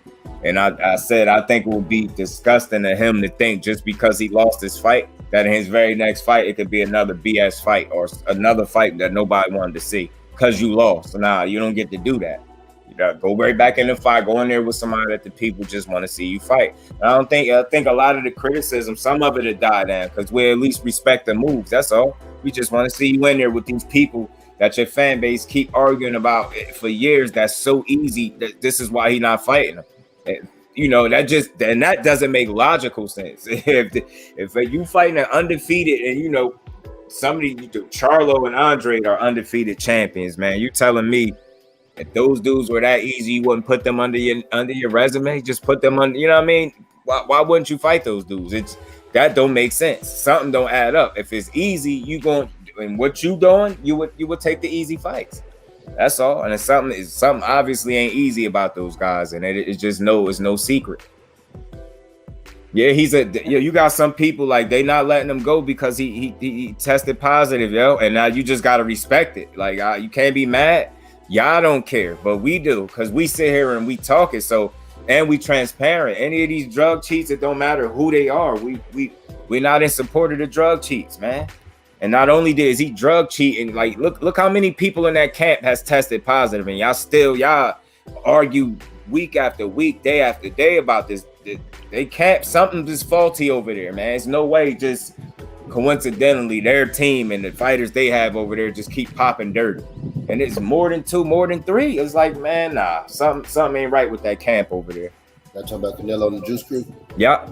And they really are the Juice Crew. They really are. It's like, come on, man. You got people lying about tea, herbal tea, and man, I don't see how y'all defend that. That's weird to me. That's weird. And they be now he say click the link because you have a lot to say.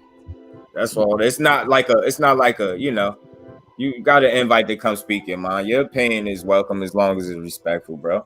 So that's why they telling you to click the link. And the next time. And one thing we do over here, if you ain't listen, you ain't heard not one person argue over here. Not on the panel we're not arguing. We have discussions over here because arguments are counterproductive. You see what I'm saying? Nothing we discussed up here was an argument. You just might not like the focal point because it's a fighter that you support heavily, obviously, because you got your cape on for him in the chat.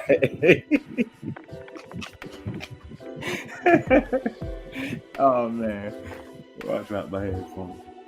Oh man, these dudes be having me crying about Canelo, boy, they be hot. And the next time Eddie Reynoso gives any instructions on what to do inside of a round will be the first time. Exactly. 2 weeks back to back, 2 weeks of failure where his fighters lost predominantly the whole damn fight in each bout. With no adjustment.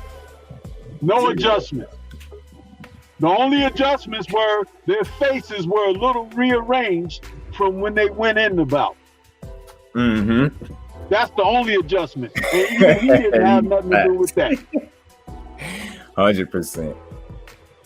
Man, we just calling it what it is, man. And I had a question the other day, because they after Spence fought, April 16th, we all seen what he did.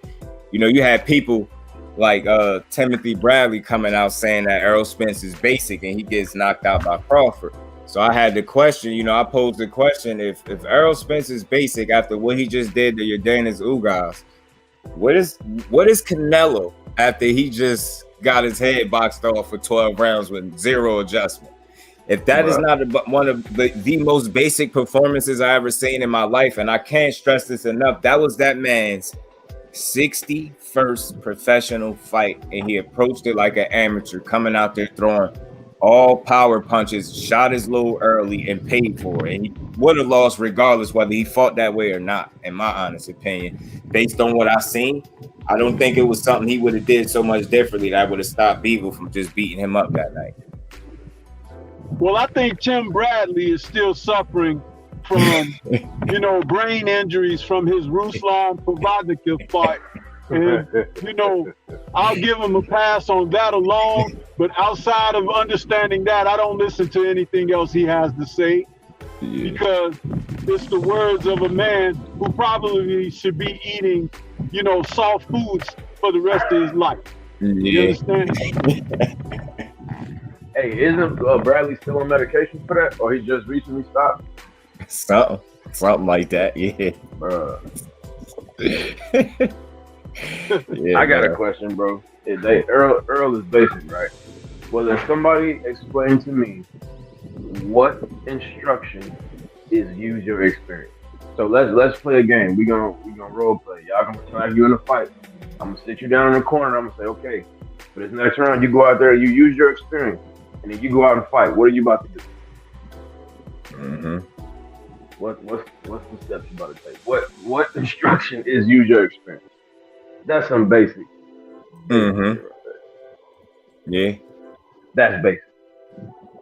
Or not giving no instructions. Like I really seen a dude really fight the same way for 12 rounds and just it's supposed to be, with all that experience. That's why I said, like, how much did he really improve since Floyd? And I try to give him his credit. I said I think he improved his upper body movement and head movement a little bit. He showed he could be a little elusive right there, to that degree. But outside of that, your feet are very slow, and you don't use your jab that often, and you just plod forward. Sometimes you're able to cut the ring depending on the fighter, but for the most part, you're not. And then you just wing power shots, and then you try to knock people out. And it's been working until it didn't. You know what I'm saying? So I said it. I was saying it a while ago, man. That lazy approach gonna catch up to him. He don't really try to win rounds. He just content with landing power shots and being very hopeful that, he gonna get you out of there. And like I said, it worked all the way until it didn't. And I just knew it was a matter of time. But I'm gonna be honest too. While I'm on it, again, for people that don't know, I did not pick Bevo to win.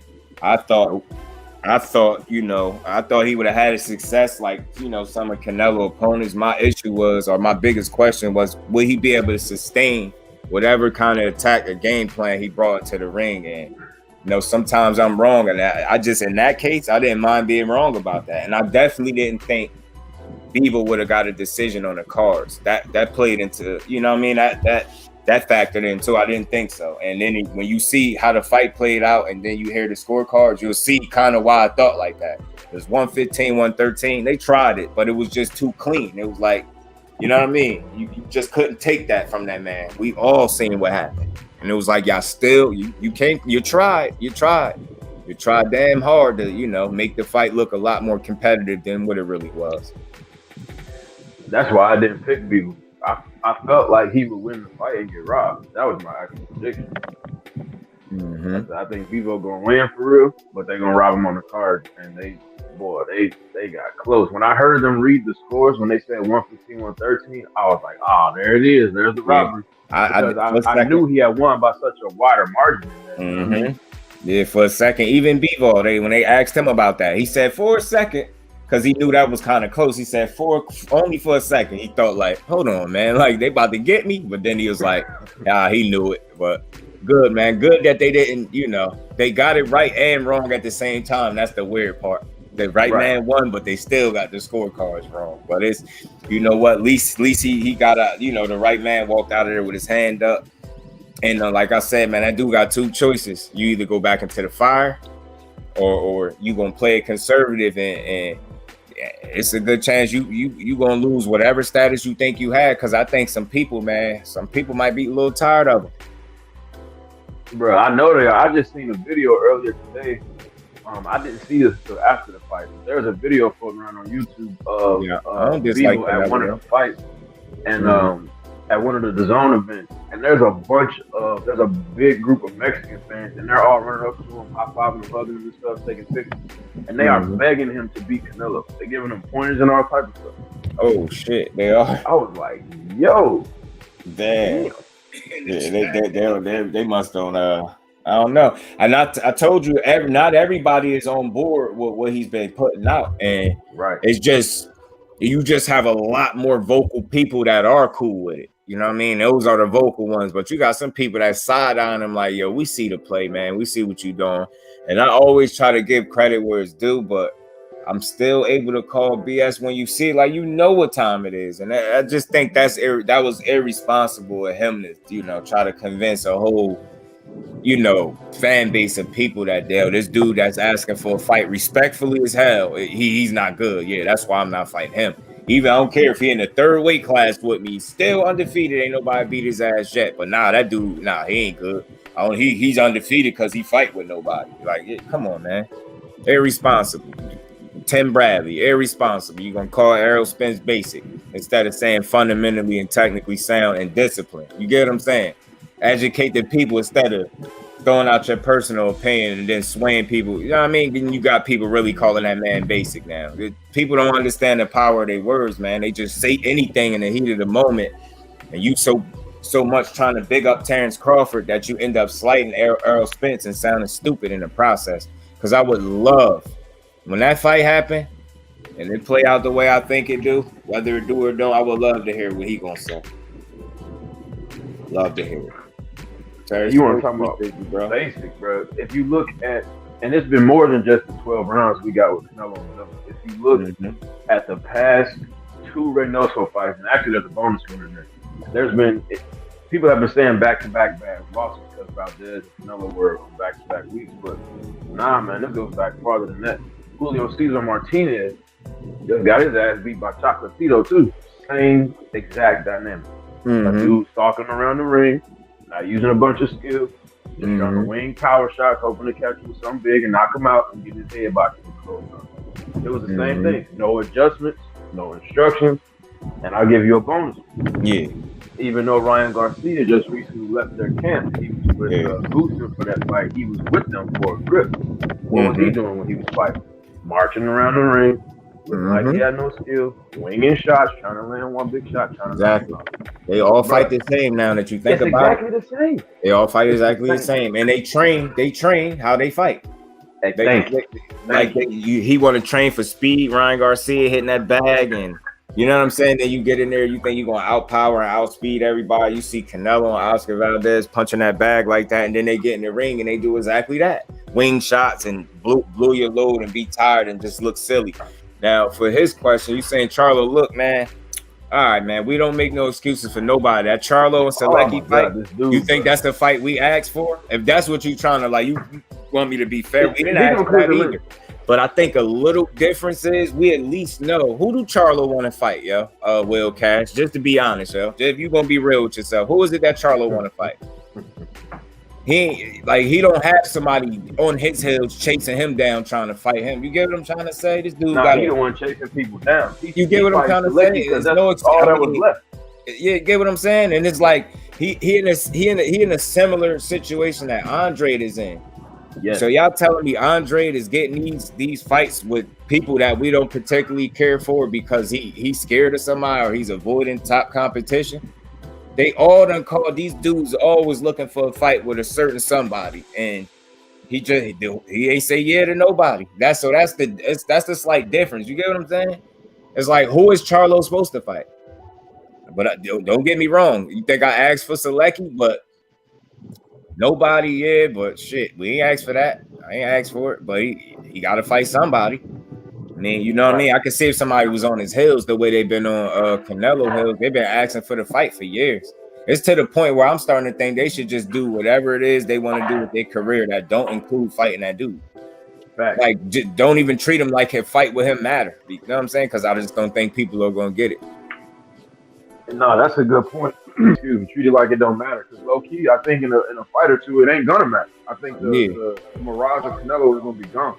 He gonna lose again soon, bro. If they put him in there with somebody real.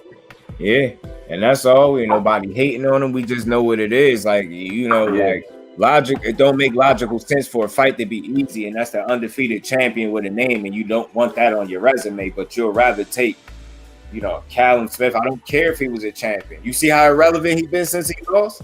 Like, he stood there. He was a 6-foot punching bag. A 6-foot punching bag. Before too. Yo, for real, man. Like these dudes, man. You fought too many of those kind of dudes to to discredit other quality fighters. You get what I'm saying? That's all I'm saying.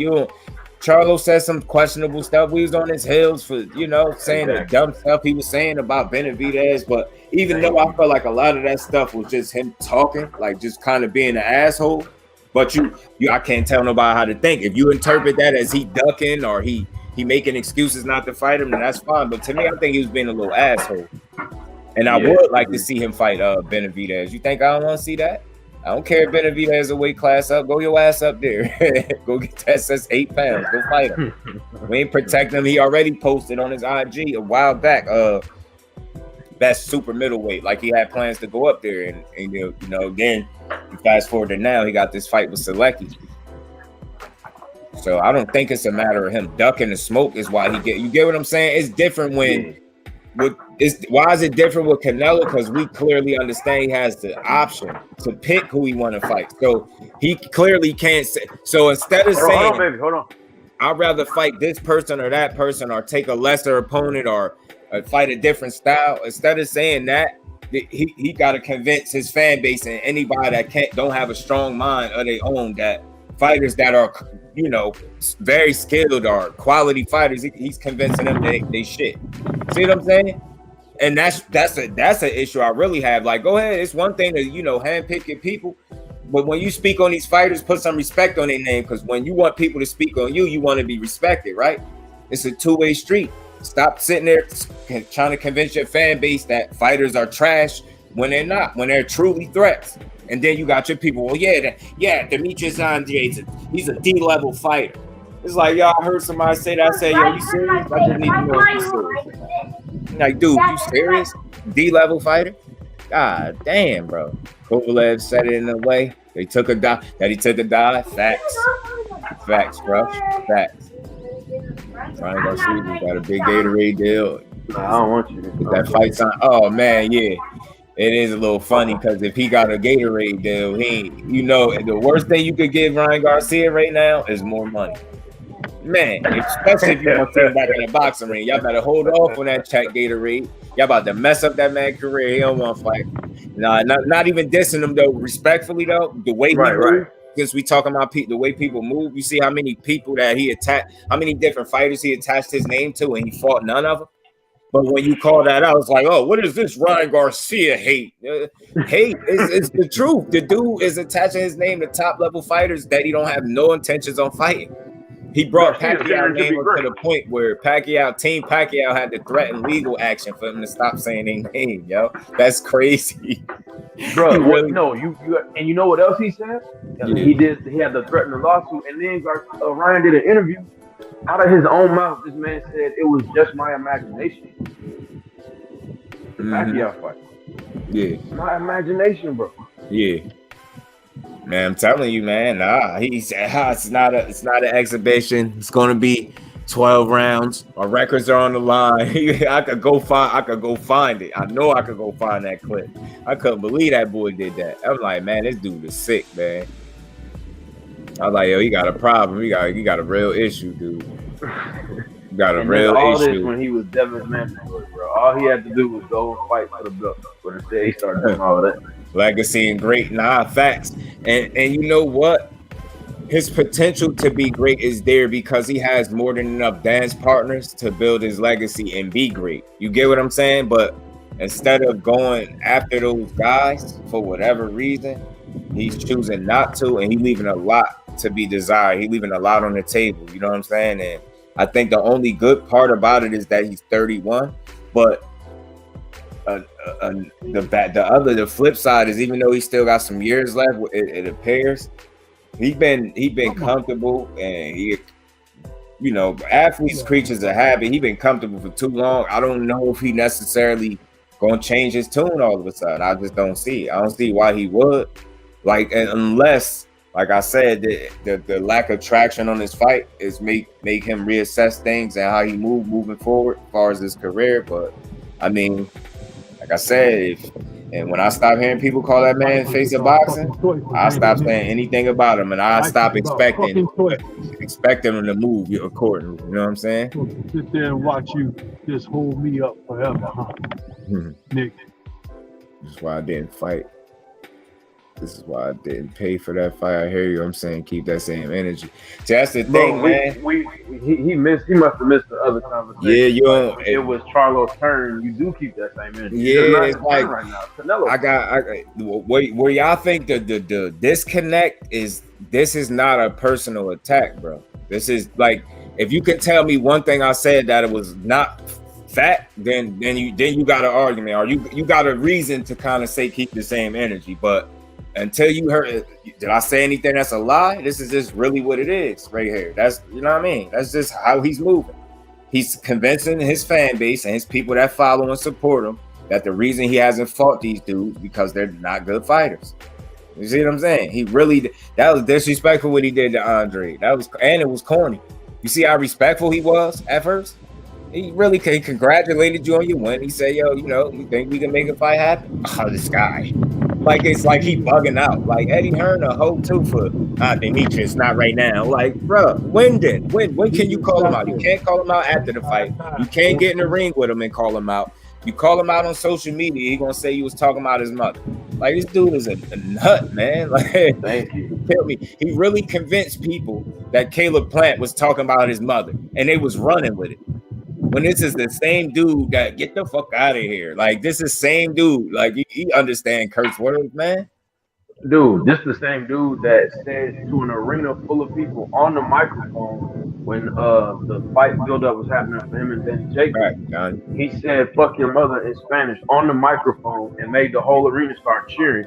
Fuck your mother to Danny Jacobs' mom. Oh, yeah? This is on camera, bro. I didn't know he did that.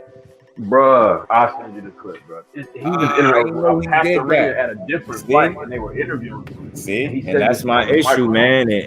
And when people say stuff to him, it's like we tripping. You know what I'm saying? You can't say nothing to King Canelo.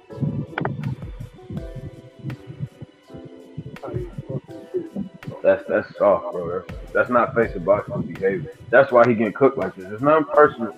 Trust me, if Charlo loses to Selecki, like we're gonna be talking about him too. It's just Canelo just fought, and he's I'm on his we on his ass. Yeah, if he loses, yeah, it's a fact. It's a fact, and that's the thing. Yeah, I want to be clear. Like, I'm not giving Charlo no benefit of the doubt, but you can't honestly say that it's a fighter that's pressing to fight him now. Maybe you might have a slight argument with Benavidez. That might be some smoke there between them, but your argument is not it's strong because they still not in the same weight class just yet. You get what I'm saying? So it's like maybe it's some smoke there for them, but trust me, if he like he avoid smoke with somebody, he's gonna be on his ass because we just don't support that because that's what's wrong with boxing. Motherfuckers is content getting these crazy paydays for taking these low risks, and I mean for these big paydays, and it's like you ask them to do something differently, it's a problem. Right. Like, think about it. People are actually attacking us for questioning Canelo taking less money or taking the check to fight, less the competition versus taking a huge check to fight the fights that everybody wants to see. There's something wrong with us questioning that. You know what I mean? Like, come on. We want to see the best fights. That's all. Yeah, like, fact. Okay, like, and again, I am fair, yo. I say, it's not like these is 100% chance he loses these fights. I try to be fair enough to say at worst these are 50-50 fights. So this is why we want to see him. We're not saying you want to see him because we want to see him lose. You want to see him challenge himself. So when he go around talking like or when his people say he's the face of boxing, because I don't believe he's saying it, but I believe he's moving like he think he the man at the same time. But even though it's his people saying it, man, when it's time for him to move accordingly, it shouldn't be a problem, man. It's when we asking for it, y'all. If y'all can crown him, we could challenge him. We could expect more of it. You know what I'm saying? That's all. And that's just fair. It's just what it is. They ain't asking for too much. You're a fighter at the end of the day. Salute, Stormy. I know you probably. Oh, there you go. I about to say. I know how extreme y'all be doing you. Yeah, that's also. Yeah, man. It ain't. Tay, appreciate you, bro. Yeah, you finally caught one. Yeah, I was trying to stay on like the 11:30. I'm gonna do whatever works for the people though. So, you know what I mean? What's that? What happened? Watch and see GGG or Ryder. I was saying that like I think this loss could have that man on some, some type of, you know what I mean? He just gonna want to fight, and I just don't think he will though. I appreciate you, Stormy, 100%, bro. Appreciate you, OG, for sliding through. Gracing that good platform, man. It's always good when you hear from the OG. No matter who they are, if they cheat, they're done. Yeah, like we trying to be clear on that. And there's no person. I be having to say that because I know it's easy to hear something, but people don't listen, and it's really a big difference.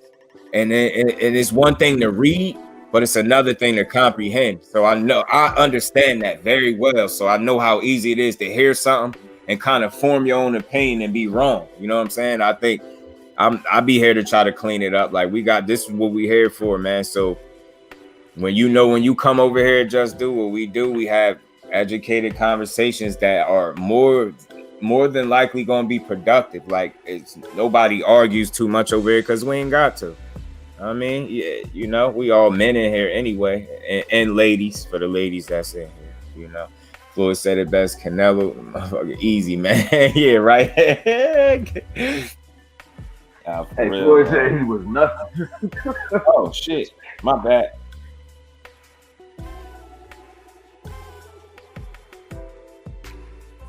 Man, my bad. I ain't even know, G5. I ain't even see you. My bad, yo. I slipping. Oh, all right. I see you. Oh, I'm behind like a motherfucker, G5. My bad. Damn, I was behind. That's why I ain't see that.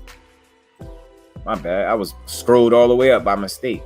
I was way too far up. Word up. My bad. What is he called? Oh, shit. I missed some shit. My bad, bro. Yeah, they all easy. Andre. Getting ducked for a reason. Yeah, man. I just dropped this 5 if you still in here. My bad, bro. I was way up. I think I hit my mouse and shit and scrolled all the way up. Appreciate you, Stormy. 100% OG. Yes, sir. You see the best, like Canelo's pay. You need to fight everybody. Stop making excuses for Canelo. Yeah, it's nothing personal though. We just want to see him in there with the best possible people. That's all. Or at least the entertaining fights, like the ones you would ask for. You know what I'm saying? I'm gonna keep saying this until people start saying it with me. It's a difference between fighting somebody and fighting a person who want to fight you. Fight somebody that want to fight you, bro. Or at least fight somebody that the people want to see you fight, which is more likely somebody that want to fight your ass. So, same thing, man. You win. It's a win-win. You get what I'm saying? Now, you already lost. So, what was so hard about fighting Charlo or Andre or anybody that want to fight? What was hard about that? You get what I'm saying? It's like you cool with losing to certain people, but not others. I don't understand. I don't get it. Yep. So G5 was good, my brother. My bad. I was like scroll way up in the chat. Well, I've been this joint. I said, man, my bad, bro. Put it in here twice. I said, let me just text my nigga, man. Nah, definitely. You can text me. That's why I keep the phone close to me too. I said clearly this nigga ain't even. He in a different chapter in the chat where I'm at. I'm seeing recent. You know what I'm saying? I'm like, that nigga highlighted a point and went to sleep on the nigga. I was way up. Hey, you just bookmarked the nigga, that's all. You know what I'm saying? Oh shit. What's good, we good. Shit, man. Same old, man. Yeah. And I've been at work, been working, but I've been over here. My mind been over here just formulating different shit in my head. Oh, wait till I go live again. Mm-hmm. Oh man, I'm on the helmet like a cowboy star, boy. I'm telling you. And, it ain't no look. If Charlo was praised like Canelo, y'all niggas, this shit'll be on CNN. Stop the bullshit, niggas. Like if we telling what we see about Canelo and how he be moving. If this was a black man that got praised like Canelo, bro, this would not be the end of it. Y'all will be talking about this shit till next year sometime. So don't get mad at us for voicing our fucking opinion. We are content curators, assholes. If you got a problem with it, Go get your own page and kick your own shit. How about that? I don't know if what's his name? Alan's so amazing. I don't know if you still in here. You was in here, bro. Yeah, but a lot of time that's why I just made that point. Reading is one thing, but comprehension be fucking y'all up out here. If somebody put something like, pay attention to quotation marks. I'm not the best with with shit like that being punctual and all that, but if I say, is this a cherry pick going wrong, and you see I put 3 question marks, that's the provoked thought. You get what I'm saying? Now, in my honest opinion, I made sure I was clear. I don't think I was on no airwaves calling Bebo a cherry, but I was saying in their mind, I think that's how they viewed it. Like, not so much of calling them a cherry, so to speak, because maybe they don't use our lingo, but I'm thinking they thought they seen food. You get what I'm saying? So if you still in here listening, that's my thoughts on it. I wouldn't call Bebo a cherry, because I try to always have a respect for the fighter in the sport. He's an undefeated champion. Right. I think he's a legit fighter. You know what I'm saying? So I wouldn't call him a cherry, but I think they thought so. You get what I'm saying? I think they thought they had one. So that's why I asked the question, like, is it a cherry pick going wrong? You see what I'm saying? So I try to get people to understand, because once y'all start understanding how people think a little bit, you will have some of the questions you have. You will just understand. Like, you'll understand. We as creators, yo, we as solid as they come, yo. And I'm speaking for everybody up here. I'm telling you, like, we can't get everything right, because nobody do. But I think we are responsible enough as men and as creators to give quality content and call shit how we see it. And that's what we do. I think people think it's personal when it's Canelo. It's not personal. If you had to ask me, do I hate? No, I don't know none of these dudes. I don't hate these dudes. But do I not like the way he moved? No, I don't like the way he moved. I don't like that shit. I ain't like to see, like, I don't know. I can't think of any real recent shit. One thing that I ain't like outside of the ring is when I seen Charlo going at it with AB and Tank. Like, I mean, we call them out on shit. Like, we don't like to see shit like that. That's weak. Like, or when the Charlo brothers was going back and forth with each other. Yo, I was one of the first people on the phone. Like, man, you see this bullshit, man?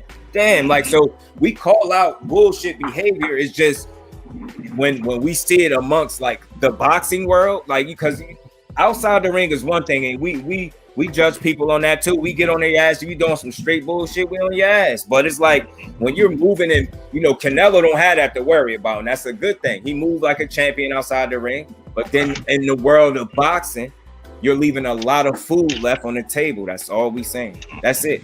And y'all gotta agree to that. It's food left on the table. And I ain't calling them dudes food per se, but you know what I'm saying. It's fights to be made and it's money to be made.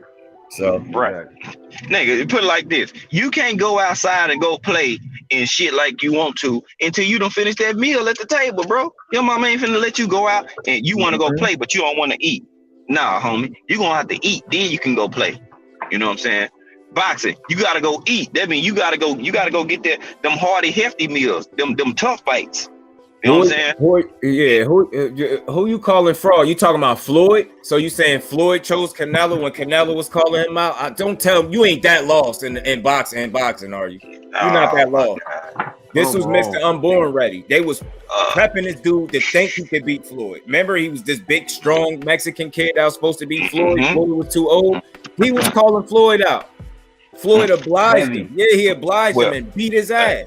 Yeah, unlike Canelo, when people are calling his name, he whoop ass. He don't go the other way and tell the whole fan base. Or when he tell you these fighters is easy, he get in there and show you how easy they are. You see what I'm saying? Unlike Canelo, say they're easy, but he don't get in there with them. So Floyd, man, I don't know. You can't get me with that one, man. He wanted smoke with Floyd, and Floyd obliged him, and he beat his ass. He said he was easy, and he showed him he was easy. And still to this day, Canelo's claim to fame, his biggest fight is not even a win. It's a loss to Floyd. That's for all of y'all Canelo fans. His biggest win is not even a win. It's a loss to Floyd Mayweather. Do you know they still bring that man up and say, yo, won't Floyd fight him now? Floyd has still beat his ass right now. Because he basic. I'm saying basic as fuck. Floyd will beat Canelo tomorrow. And 100%. Floyd will beat his ass. You know what's funny? These niggas forget. That man told Floyd, nigga, I'm not fighting on no more of your undercards until you fight me. And he built Canelo stardom. The keys to the Maserati. Anyone believe Canelo would beat Fraud was stupid. Well, all right. I don't know if you're a Canelo fan, Will, but to that quote, I mean, your statement, Canelo, his team, Oscar, his fan base, they all stupid. You just called a whole lot of people stupid because they definitely thought Mr. I Was Born Ready had something for Floyd, and they had to get it there and learn the hard way. You ever wonder why Oscar and Canelo ain't cool no more? Imagine what they was telling that man on the way in that training camp for all them weeks, telling him he don't hit hard. I fought him. You could beat him. He's not that strong. Just think about that. Man got in there and seen everything but what they say. Got his ass beat and moved and got his ass away from Oscar. I don't know, man. You get Floyd different, man. He don't run from smoke, bro. Floyd is totally different than Canelo, man. He beat Canelo ass because he asked for it. He different, man. He tell you they easy and then he show you they easy. You gotta respect it. Yeah, and I mean, told Canelo was begging for that. He even Canelo even offered the catch weight. And he weighed like 17 pounds more. He would have never beat him. Thank you. He just don't have the skill. He would have never beat him. At no point in his career. No point in his career. You catch weight Amir Khan. So did somebody smaller than you, bro. So did you Lara. Did a catch weight with Amir Khan? What you mean? Bro. So did Lara. And Lara beat Canelo too. Now, he landed 23 headshots. He lost. You wouldn't win no fucking fight like that. Throwing body shots. Never. That boy punching the ropes. Hey, now I got one for y'all boys. Okay, Will Cash. You can say whatever you want about Charlo now, but when have you seen Charlo check out in a fight because he couldn't get off his shit? Come on, bro. Canelo checked that out the round 4. Quit playing, bro. He got dropping his hands, trying to wave him in, laying on the ropes. He was tired. This nigga Canelo took a walk and he wasn't even hurt. What? That's a mental fuck up right here. Come on, bro. Thank you for pointing that out. That's why I said Canelo was Chris Cover, bro. It back. Stop making it BS. Why don't you? Like, hey, Phil. Yeah, I don't know. And I see what people be trying to do. Canelo and Floyd don't even belong in the same conversation. I don't give a fuck how many more fights he win. Do you understand what I'm saying? It's not even close. Yeah. See, that's how I know what pedestal. That's how I know how to gauge Canelo. That's what kind of give me some of the ammunition I got, because y'all kind of start comparing. You can't even compare them to him. He beat the absolute dog shit out of him. He asked for it and he beat his ass. And Lara had to got washed by Bivol, bro. You know what I'm saying? And Lara damn near had to disrespect him to get that fight. You get what I'm saying? And he beat his ass too. You see what I'm saying? And Triple G beat him the first time. See, this gonna make him mad. You did. I don't hate Canelo, yo. Like, I just know you got some delusional people, and I feel like it's our responsibility to create some balance, man. That ain't no fucking God, and he ain't no king, and he ain't no face of the sport. When Floyd was the face of the sport, it was definitive. It was hands down, wasn't even a motherfucking question. It wasn't at all. When it come to Canelo, we got questions, bro. He moving foul. He moving funny. He not moving. Y'all can't even don't put him and Floyd in the same kind. When you type them two names, type them just in separate comments. Fuck that. Don't even type them together. Yeah, don't even put them on the same. Shit, nigga, put Floyd on the front of the book. Put that nigga in the table in the summary on the back of the book. Nigga, Canelo don't belong in the book, Floyd. Yo, real. Canelo belong in a fiction. Right, and we hear motherfuckers talking about, oh, he was too small. And that's not gonna fly because the nigga went up and fought goddamn Kovalev at 175. You chasing greatness. How you gonna chase greatness when you already won the belt and dropped that bitch at 75? This not your first time going to 75. Come on, dog. The more y'all make this shit like it's personal. It's not. Like, again, I start asking questions just to clear up the confusion. What have I lied about? Just say anything. It could be anything. I've been talking for hours, almost 2 hours. So it's like, if I lied about something about Canelo, just go ahead and say it. We could talk about it. But that's the thing. I'm not lying. I'm just telling you what it is. You see, the truth. The truth is unpopular, bro.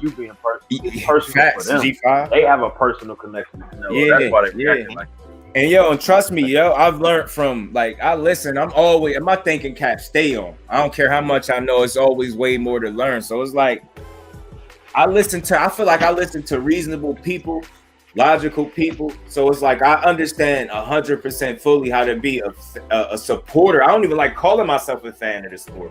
I'm a supporter of boxing, not just individual fighters. Like, if you I could challenge anybody. You could probably just browse. You don't gotta click not one video. You just browse my content. You see if I steer any narratives or you know what I'm saying. I don't do that. I just call shit how I see it. I speak about fights that come up, fights I think that can happen, news that's happened. Like you get what I'm saying. And no content that I create is where I create false narratives. If anything, I try to create positive narratives. Like we over here, we support fighters win, lose, or draw. You know what I'm saying? You moving like a man, you moving like a fighter, you moving like a champion. You don't have to have a belt to be moving like a champion either. But if you moving accordingly, you moving like a stand-up man, we support that. We support you win, lose, or draw. That's a narrative that I push. I'm gonna keep pushing that one. Because all these fighters need to know we fucking with y'all win, lose, or draw as long as you moving accordingly, bro. Exactly. You got the support of the people. The media push that shit. That if you lose, we don't support you no more. And they paint the picture. Why? Because they are the fucking machine. That's why Canelo is where he at now, because the machine. If you was as real and as solid as you say you are, when you see that they giving you a gift on these cards, bro, you would tell these niggas, don't give me shit. Let me earn this shit, nigga. Let me get it out. You don't oblige. It's like if somebody commit a murder and you with them and they come and get all y'all. Nigga, you guilty by it's charged, homie. Yes, that's the fact, bro. You know what I'm saying? So it's like, and it's boxing shit. Like, I'm 5 months in on this channel, bro. We gonna push the right narratives, not false ones, positive narratives, like uplifting, supportive narratives. Like, you know what I'm saying? Just like all us brothers support each other, man. It's different with us. Like we here to add to boxing. For those that don't know, I'm not doing this shit for fun or none of that. I mean, it's fun too. Don't get it wrong, but we still got a responsibility, man, out here to create balance. I'm gonna keep saying it, yo. Like we gonna call shit how it need to be called. We gonna speak on shit how we see fit, and we gonna always give people they just do, always, man. But we not gonna let you shine shit up and tell us it's gold. You know what I mean? You're not gonna force feed us no superstars. You're not gonna tell me who pound for pound. You get what I'm saying? Shit like that. We over here and over at 7T G5 on commentary. You know what I'm saying? We think for ourselves, man. We have minds our own, man. We support boxing, man. We here to move boxing forward, man. Not be counterproductive up here. I don't think people be getting it. They think you just be coming up here launching personal attacks on fighters, man. I don't hate these dudes. You just want to see him fight somebody, and I ain't saying you want to see him lose. You know, last live and Canelo playing just smart. You're not trying to. From a business standpoint, he is, and that's what he thinking. Business first, money first, legacy last. But again, like I said, you put a camera in his face. What you think he gonna say? If we all keeping it honest, what matters to you for legacy, money, business? What are you gonna say? You gonna say legacy faster than a motherfucker? He probably won't even let you finish answering the question before you. And you know, and that's all I'm asking you. And then when you factor in how he speaks, how he moves, you telling me that's on the same accord? Yeah, that giving credit. Like I could see maybe that was his first fight at 75. I'll give y'all the daring to be great shit. I'll give y'all that. I promise you I would. With fighting a dude that's his age, still in his physical prime and undefeated, I'd have gave him the pass. Fuck it. He can't help that dude got 19 fights. All right, bet. It's his first fight at 75 and a credible opponent. All right, I'll give him the dare to be great shit. But no, when you tested the waters up there, you went back down.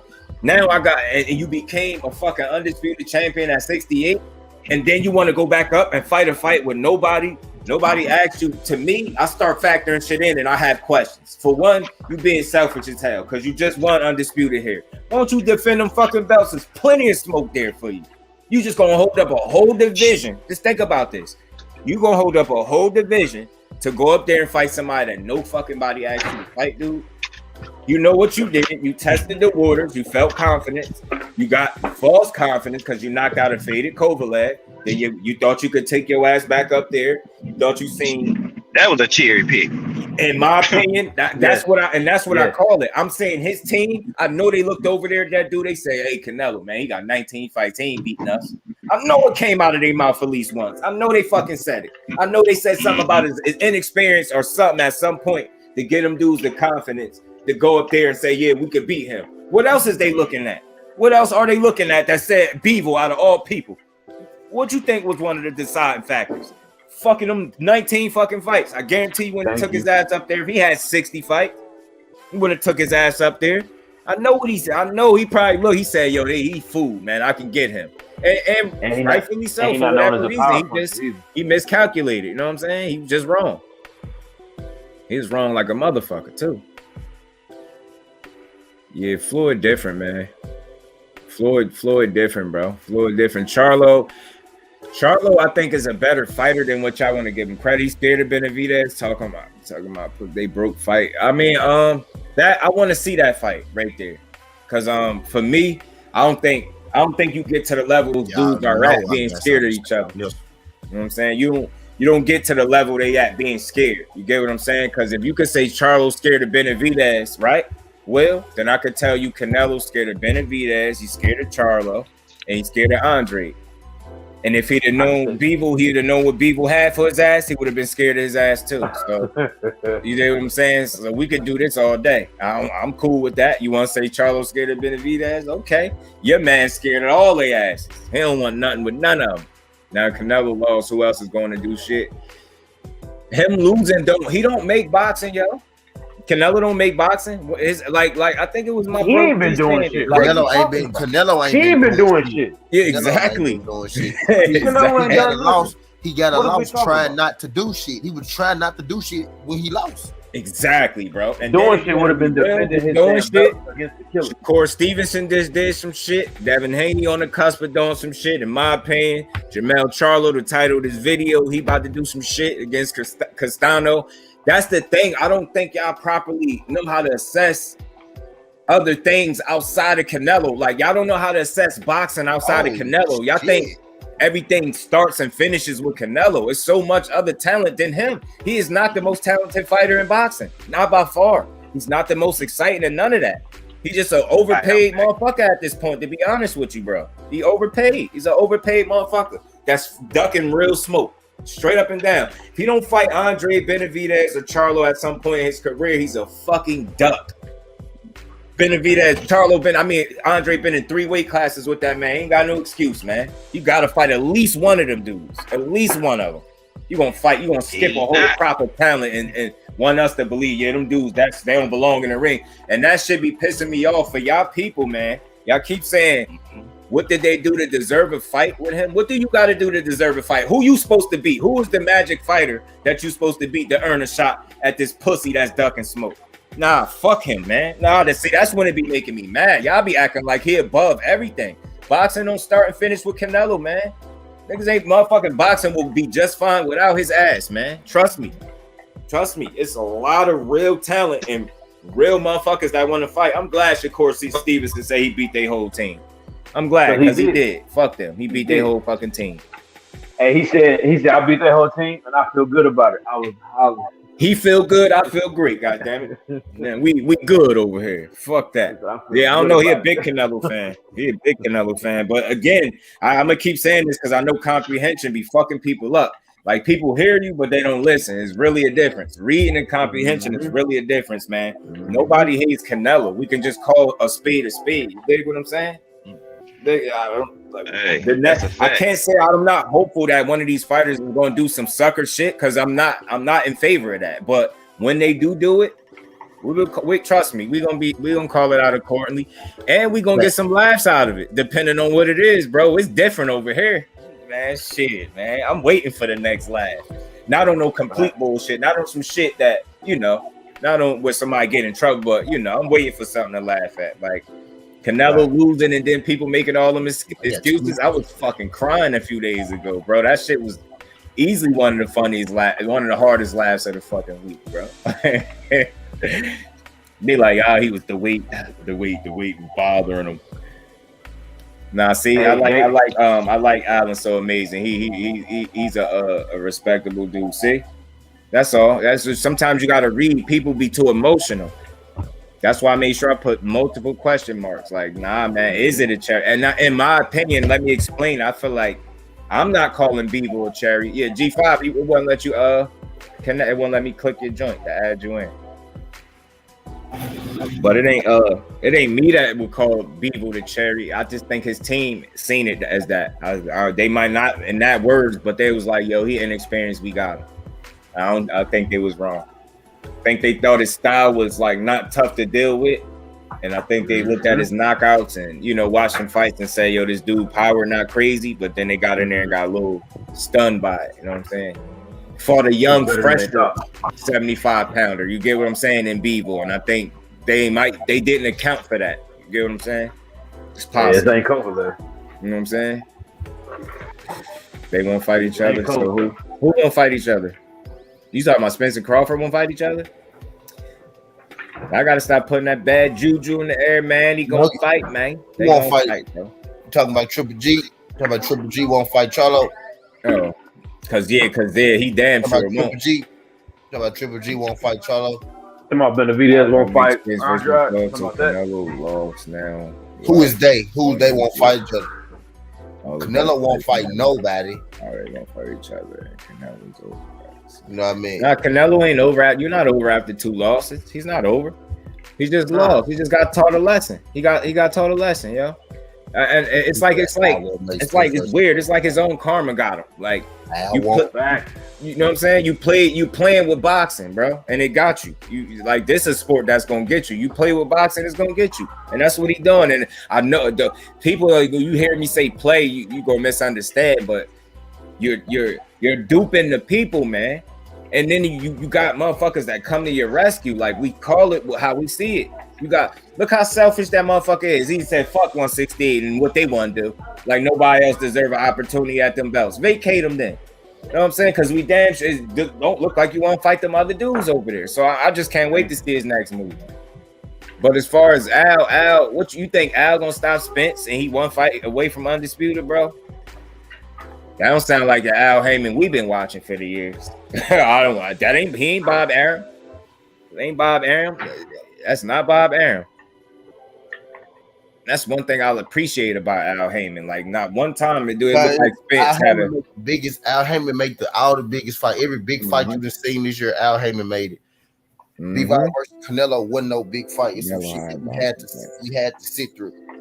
Exactly. Canelo handled boxing back, right? So what I don't know what you're trying to say, but him losing probably. So what dude was saying earlier? He said like a reset with Canelo losing. Yeah, the same shit I've been saying the whole time. Him losing was the best thing for boxing because it put us back and it brings us back to reality. Now it ain't nobody out here that's a mythical. See, look, you see how he talking about Canelo? He lost. Now who gonna get him their payday? Now who gonna carry boxing? Yeah, you see. And that's where I have a problem at. Canelo ain't carrying shit. If you go by the numbers, Canelo don't even put the most asses in the seats, bro. Boxing, he just get paid a lot.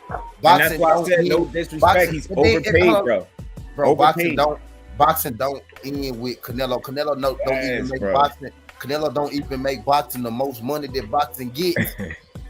Canelo name is not on no record in boxing history. His name ain't on no records nowhere in boxing history. What I wish Canelo fight Charlo next or go get knocked out by Bivol next. You might see it. Bivol might chase his ass at 68 and beat him up. Canelo I don't want him to do that. I want him to stay at 75, bro. Don't fall for the okie doke, bro. They gonna have Bivol juice to the gills. Yeah. Oh yeah. He said he gonna have juice to the gills. But you know what, yo? The fact that he say he don't rehydrate that much and the fact that he thinking he can make it is fucking comical, bro. Because he just beat him there, right? He kept his belt. Now he gonna go down there and fuck your shit up and take it back. Bivol disrespectful. He thinking about it. He low key keep on his belt. That's some savage shit, bro. That's some savage shit right there. Yeah. If he do it, that's on the low. On the low. How was Canelo holding back boxing? He not. That's what I'm saying. Because boxing don't start and end with him. He not holding back boxing. I think the disconnect will. Like you need to understand with Canelo, he has a big fan base of people that are like his man fans. Now, I don't want to call you one just yet, but I'm side-eyeing you right now. I am side-eyeing you. Boy, you a man fan. But he don't hold down. He don't hold back boxing because it don't start and end with him. Simply put, it's just too much talent in boxing for him to matter as much as you think he do. Now, a lot of what you heard, if you're not a man fan, straight up, and you realistically not a man fan, a lot of what you heard ain't even really for you. The argument ain't really for you to make. It's for the people that that think that highly of him that he makes boxing go. He fucking don't. You see how quiet the heavyweight division is, that a certain somebody ain't participating. Y'all don't nobody know what his next move is. Shit ain't jumping up there, is it? Who's the face now? And Angelo over Canelo. Canelo got his bootleg from Buterol. So who's the face? The face of boxing. Shit, you don't want my answer, do you? It's looking like Big Fish to me, bro. Big Fish looking like the face of boxing right now because he moving like a real G out here. He out here taking straps, beating people up, making memes, selling T-shirts, whooping ass, recovering off injuries, having layoffs, coming back. He breaking eye sockets, noses, and ribs. Like Big Fish is the face of boxing. Yes, you know how they say Canelo is the face, right? But after he lost, who was the first person they immediately tried to tie his name to? Yeah. Deontay Wilder. Yes, sir. Yes, sir. Nobody. To me, that's the face of boxing too. To me, the last face of boxing, they tried to tie him to it as soon as the fight was over. He wasn't bothering nobody. They had nothing to do with nothing. If you ain't talking about Deontay Wilder, you ain't talking about Big Fish, I don't want to hear it. Thank you. Yes, sir. Big Fish, that's the other one. So like that's or I think what we hear, like I keep saying, man, I call crush the balance, but overall as a unit, man, we here to restore the balance, man, and kind of get people to stop accepting these false narratives and false realities, not just the narratives, the realities. Like that man is not, you know what I'm saying? There's just so much shit that goes on. Like, look at the kind of show the women just put on. Both women, not just Amanda Serrano, Katie Taylor. Did you see the other undisputed fight, Franchon Cruz and Sederu? Like they made they put on for women's boxing. So it's like, yo, man, it's boxing will continue with or without that dude.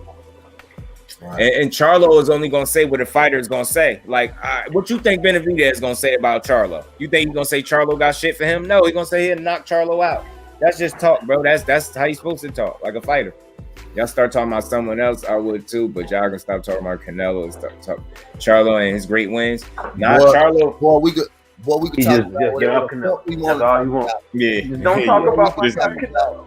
My bad, just dude. Boy, we can you talk good? about whatever the fuck we want to talk about. How about you stop coming to where we talk about Canelo? Then? How about that? Yeah, man. So you giving us we stop talking about Canelo. Well, let's talk about Boo Boo and where he is now. Boo Boo is Canelo don't want to fight Boo Boo either. Yeah.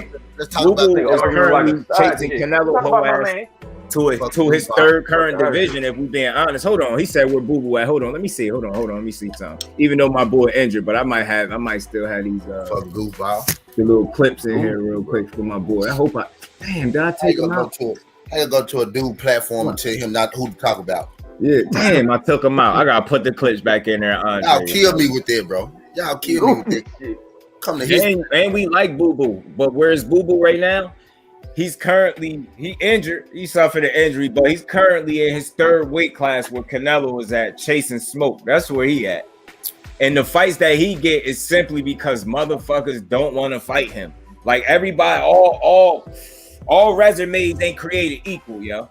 Like they just not. Some dudes ain't ducking smoke. Some niggas getting raw deals. Like I hear that a lot about Boots. Like, well, why is he no step up fights in?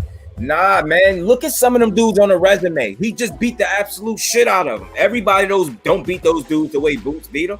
He just special. So it's like, I'm just not overly critical. I'm not with that whole calling everybody on somebody's resume a bum. Like I let everybody else do how they want to do, but I can't do that because it's you say less and less about the fighter when you call everybody he fought a bum or he ain't stepped up. Nah, he fought motherfuckers that was supposed to challenge him. He just on some shit right now. He on some shit, man. He hurting shit right now. And that's just what it is. Boo Boo gonna be all right. Like he gonna chase Canelo or whoever until he get him. It's different. Like the difference between them and Canelo, they don't have nobody pressing on a bumper in their current weight class calling for smoke. Get what I'm saying? You don't see them dudes getting in front of their audiences and trying to convince the audience that the dudes that want smoke with them ain't shit. Now, right.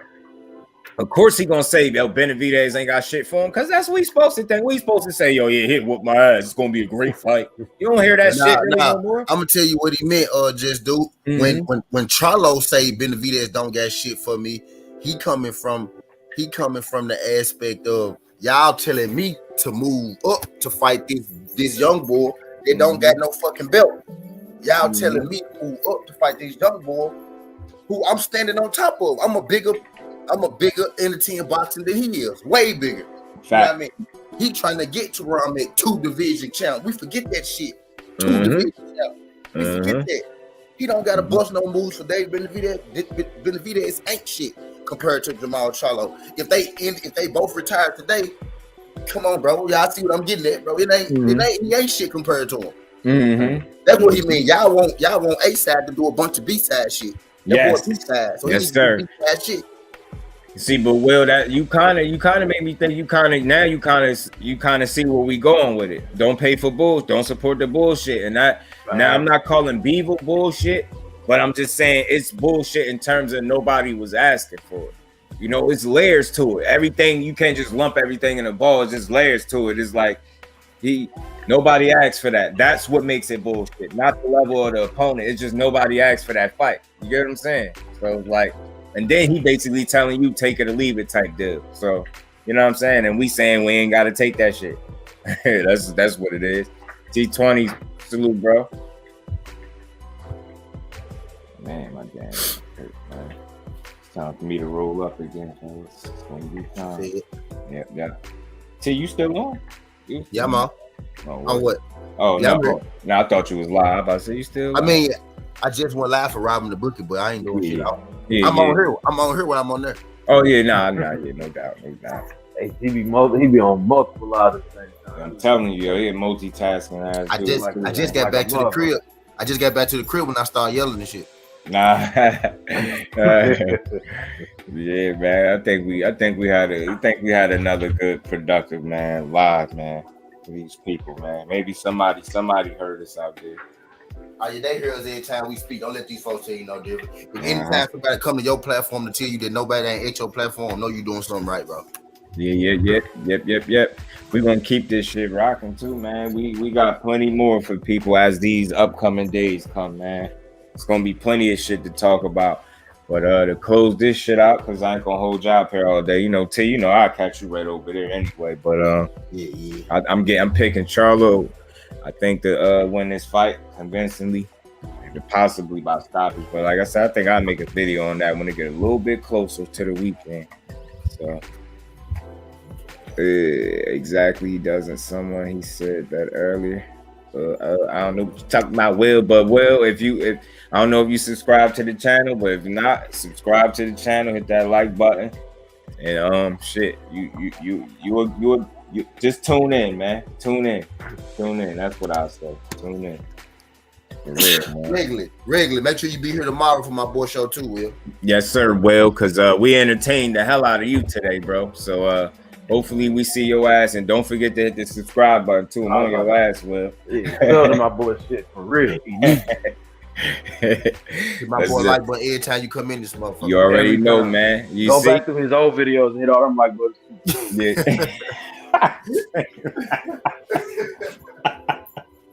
St. Louis fool. I'll be doing shit like that though sometimes, bro. I'll be going back. Word up, but I ain't gonna hold my bros too long, man. I don't know what y'all doing, but you St. Louis, you say you going tomorrow? Yeah, tomorrow at 7. I'll be there, bro, for sure. I appreciate all y'all for sliding through, man. You already know, man. I'm gonna y'all see me in a minute if y'all gonna be over there at the tea house. I'll be over there. Y'all know what's going on at the tea house. We gambling hard, man. Y'all know what's going on. Sir, yes, sir. I'll see y'all boys over there then. All right, salute. All right, bro. Appreciate y'all. Salute to everybody that slid through, man. Yeah, come kick it with y'all boy on the next one. I'll be here tomorrow, man.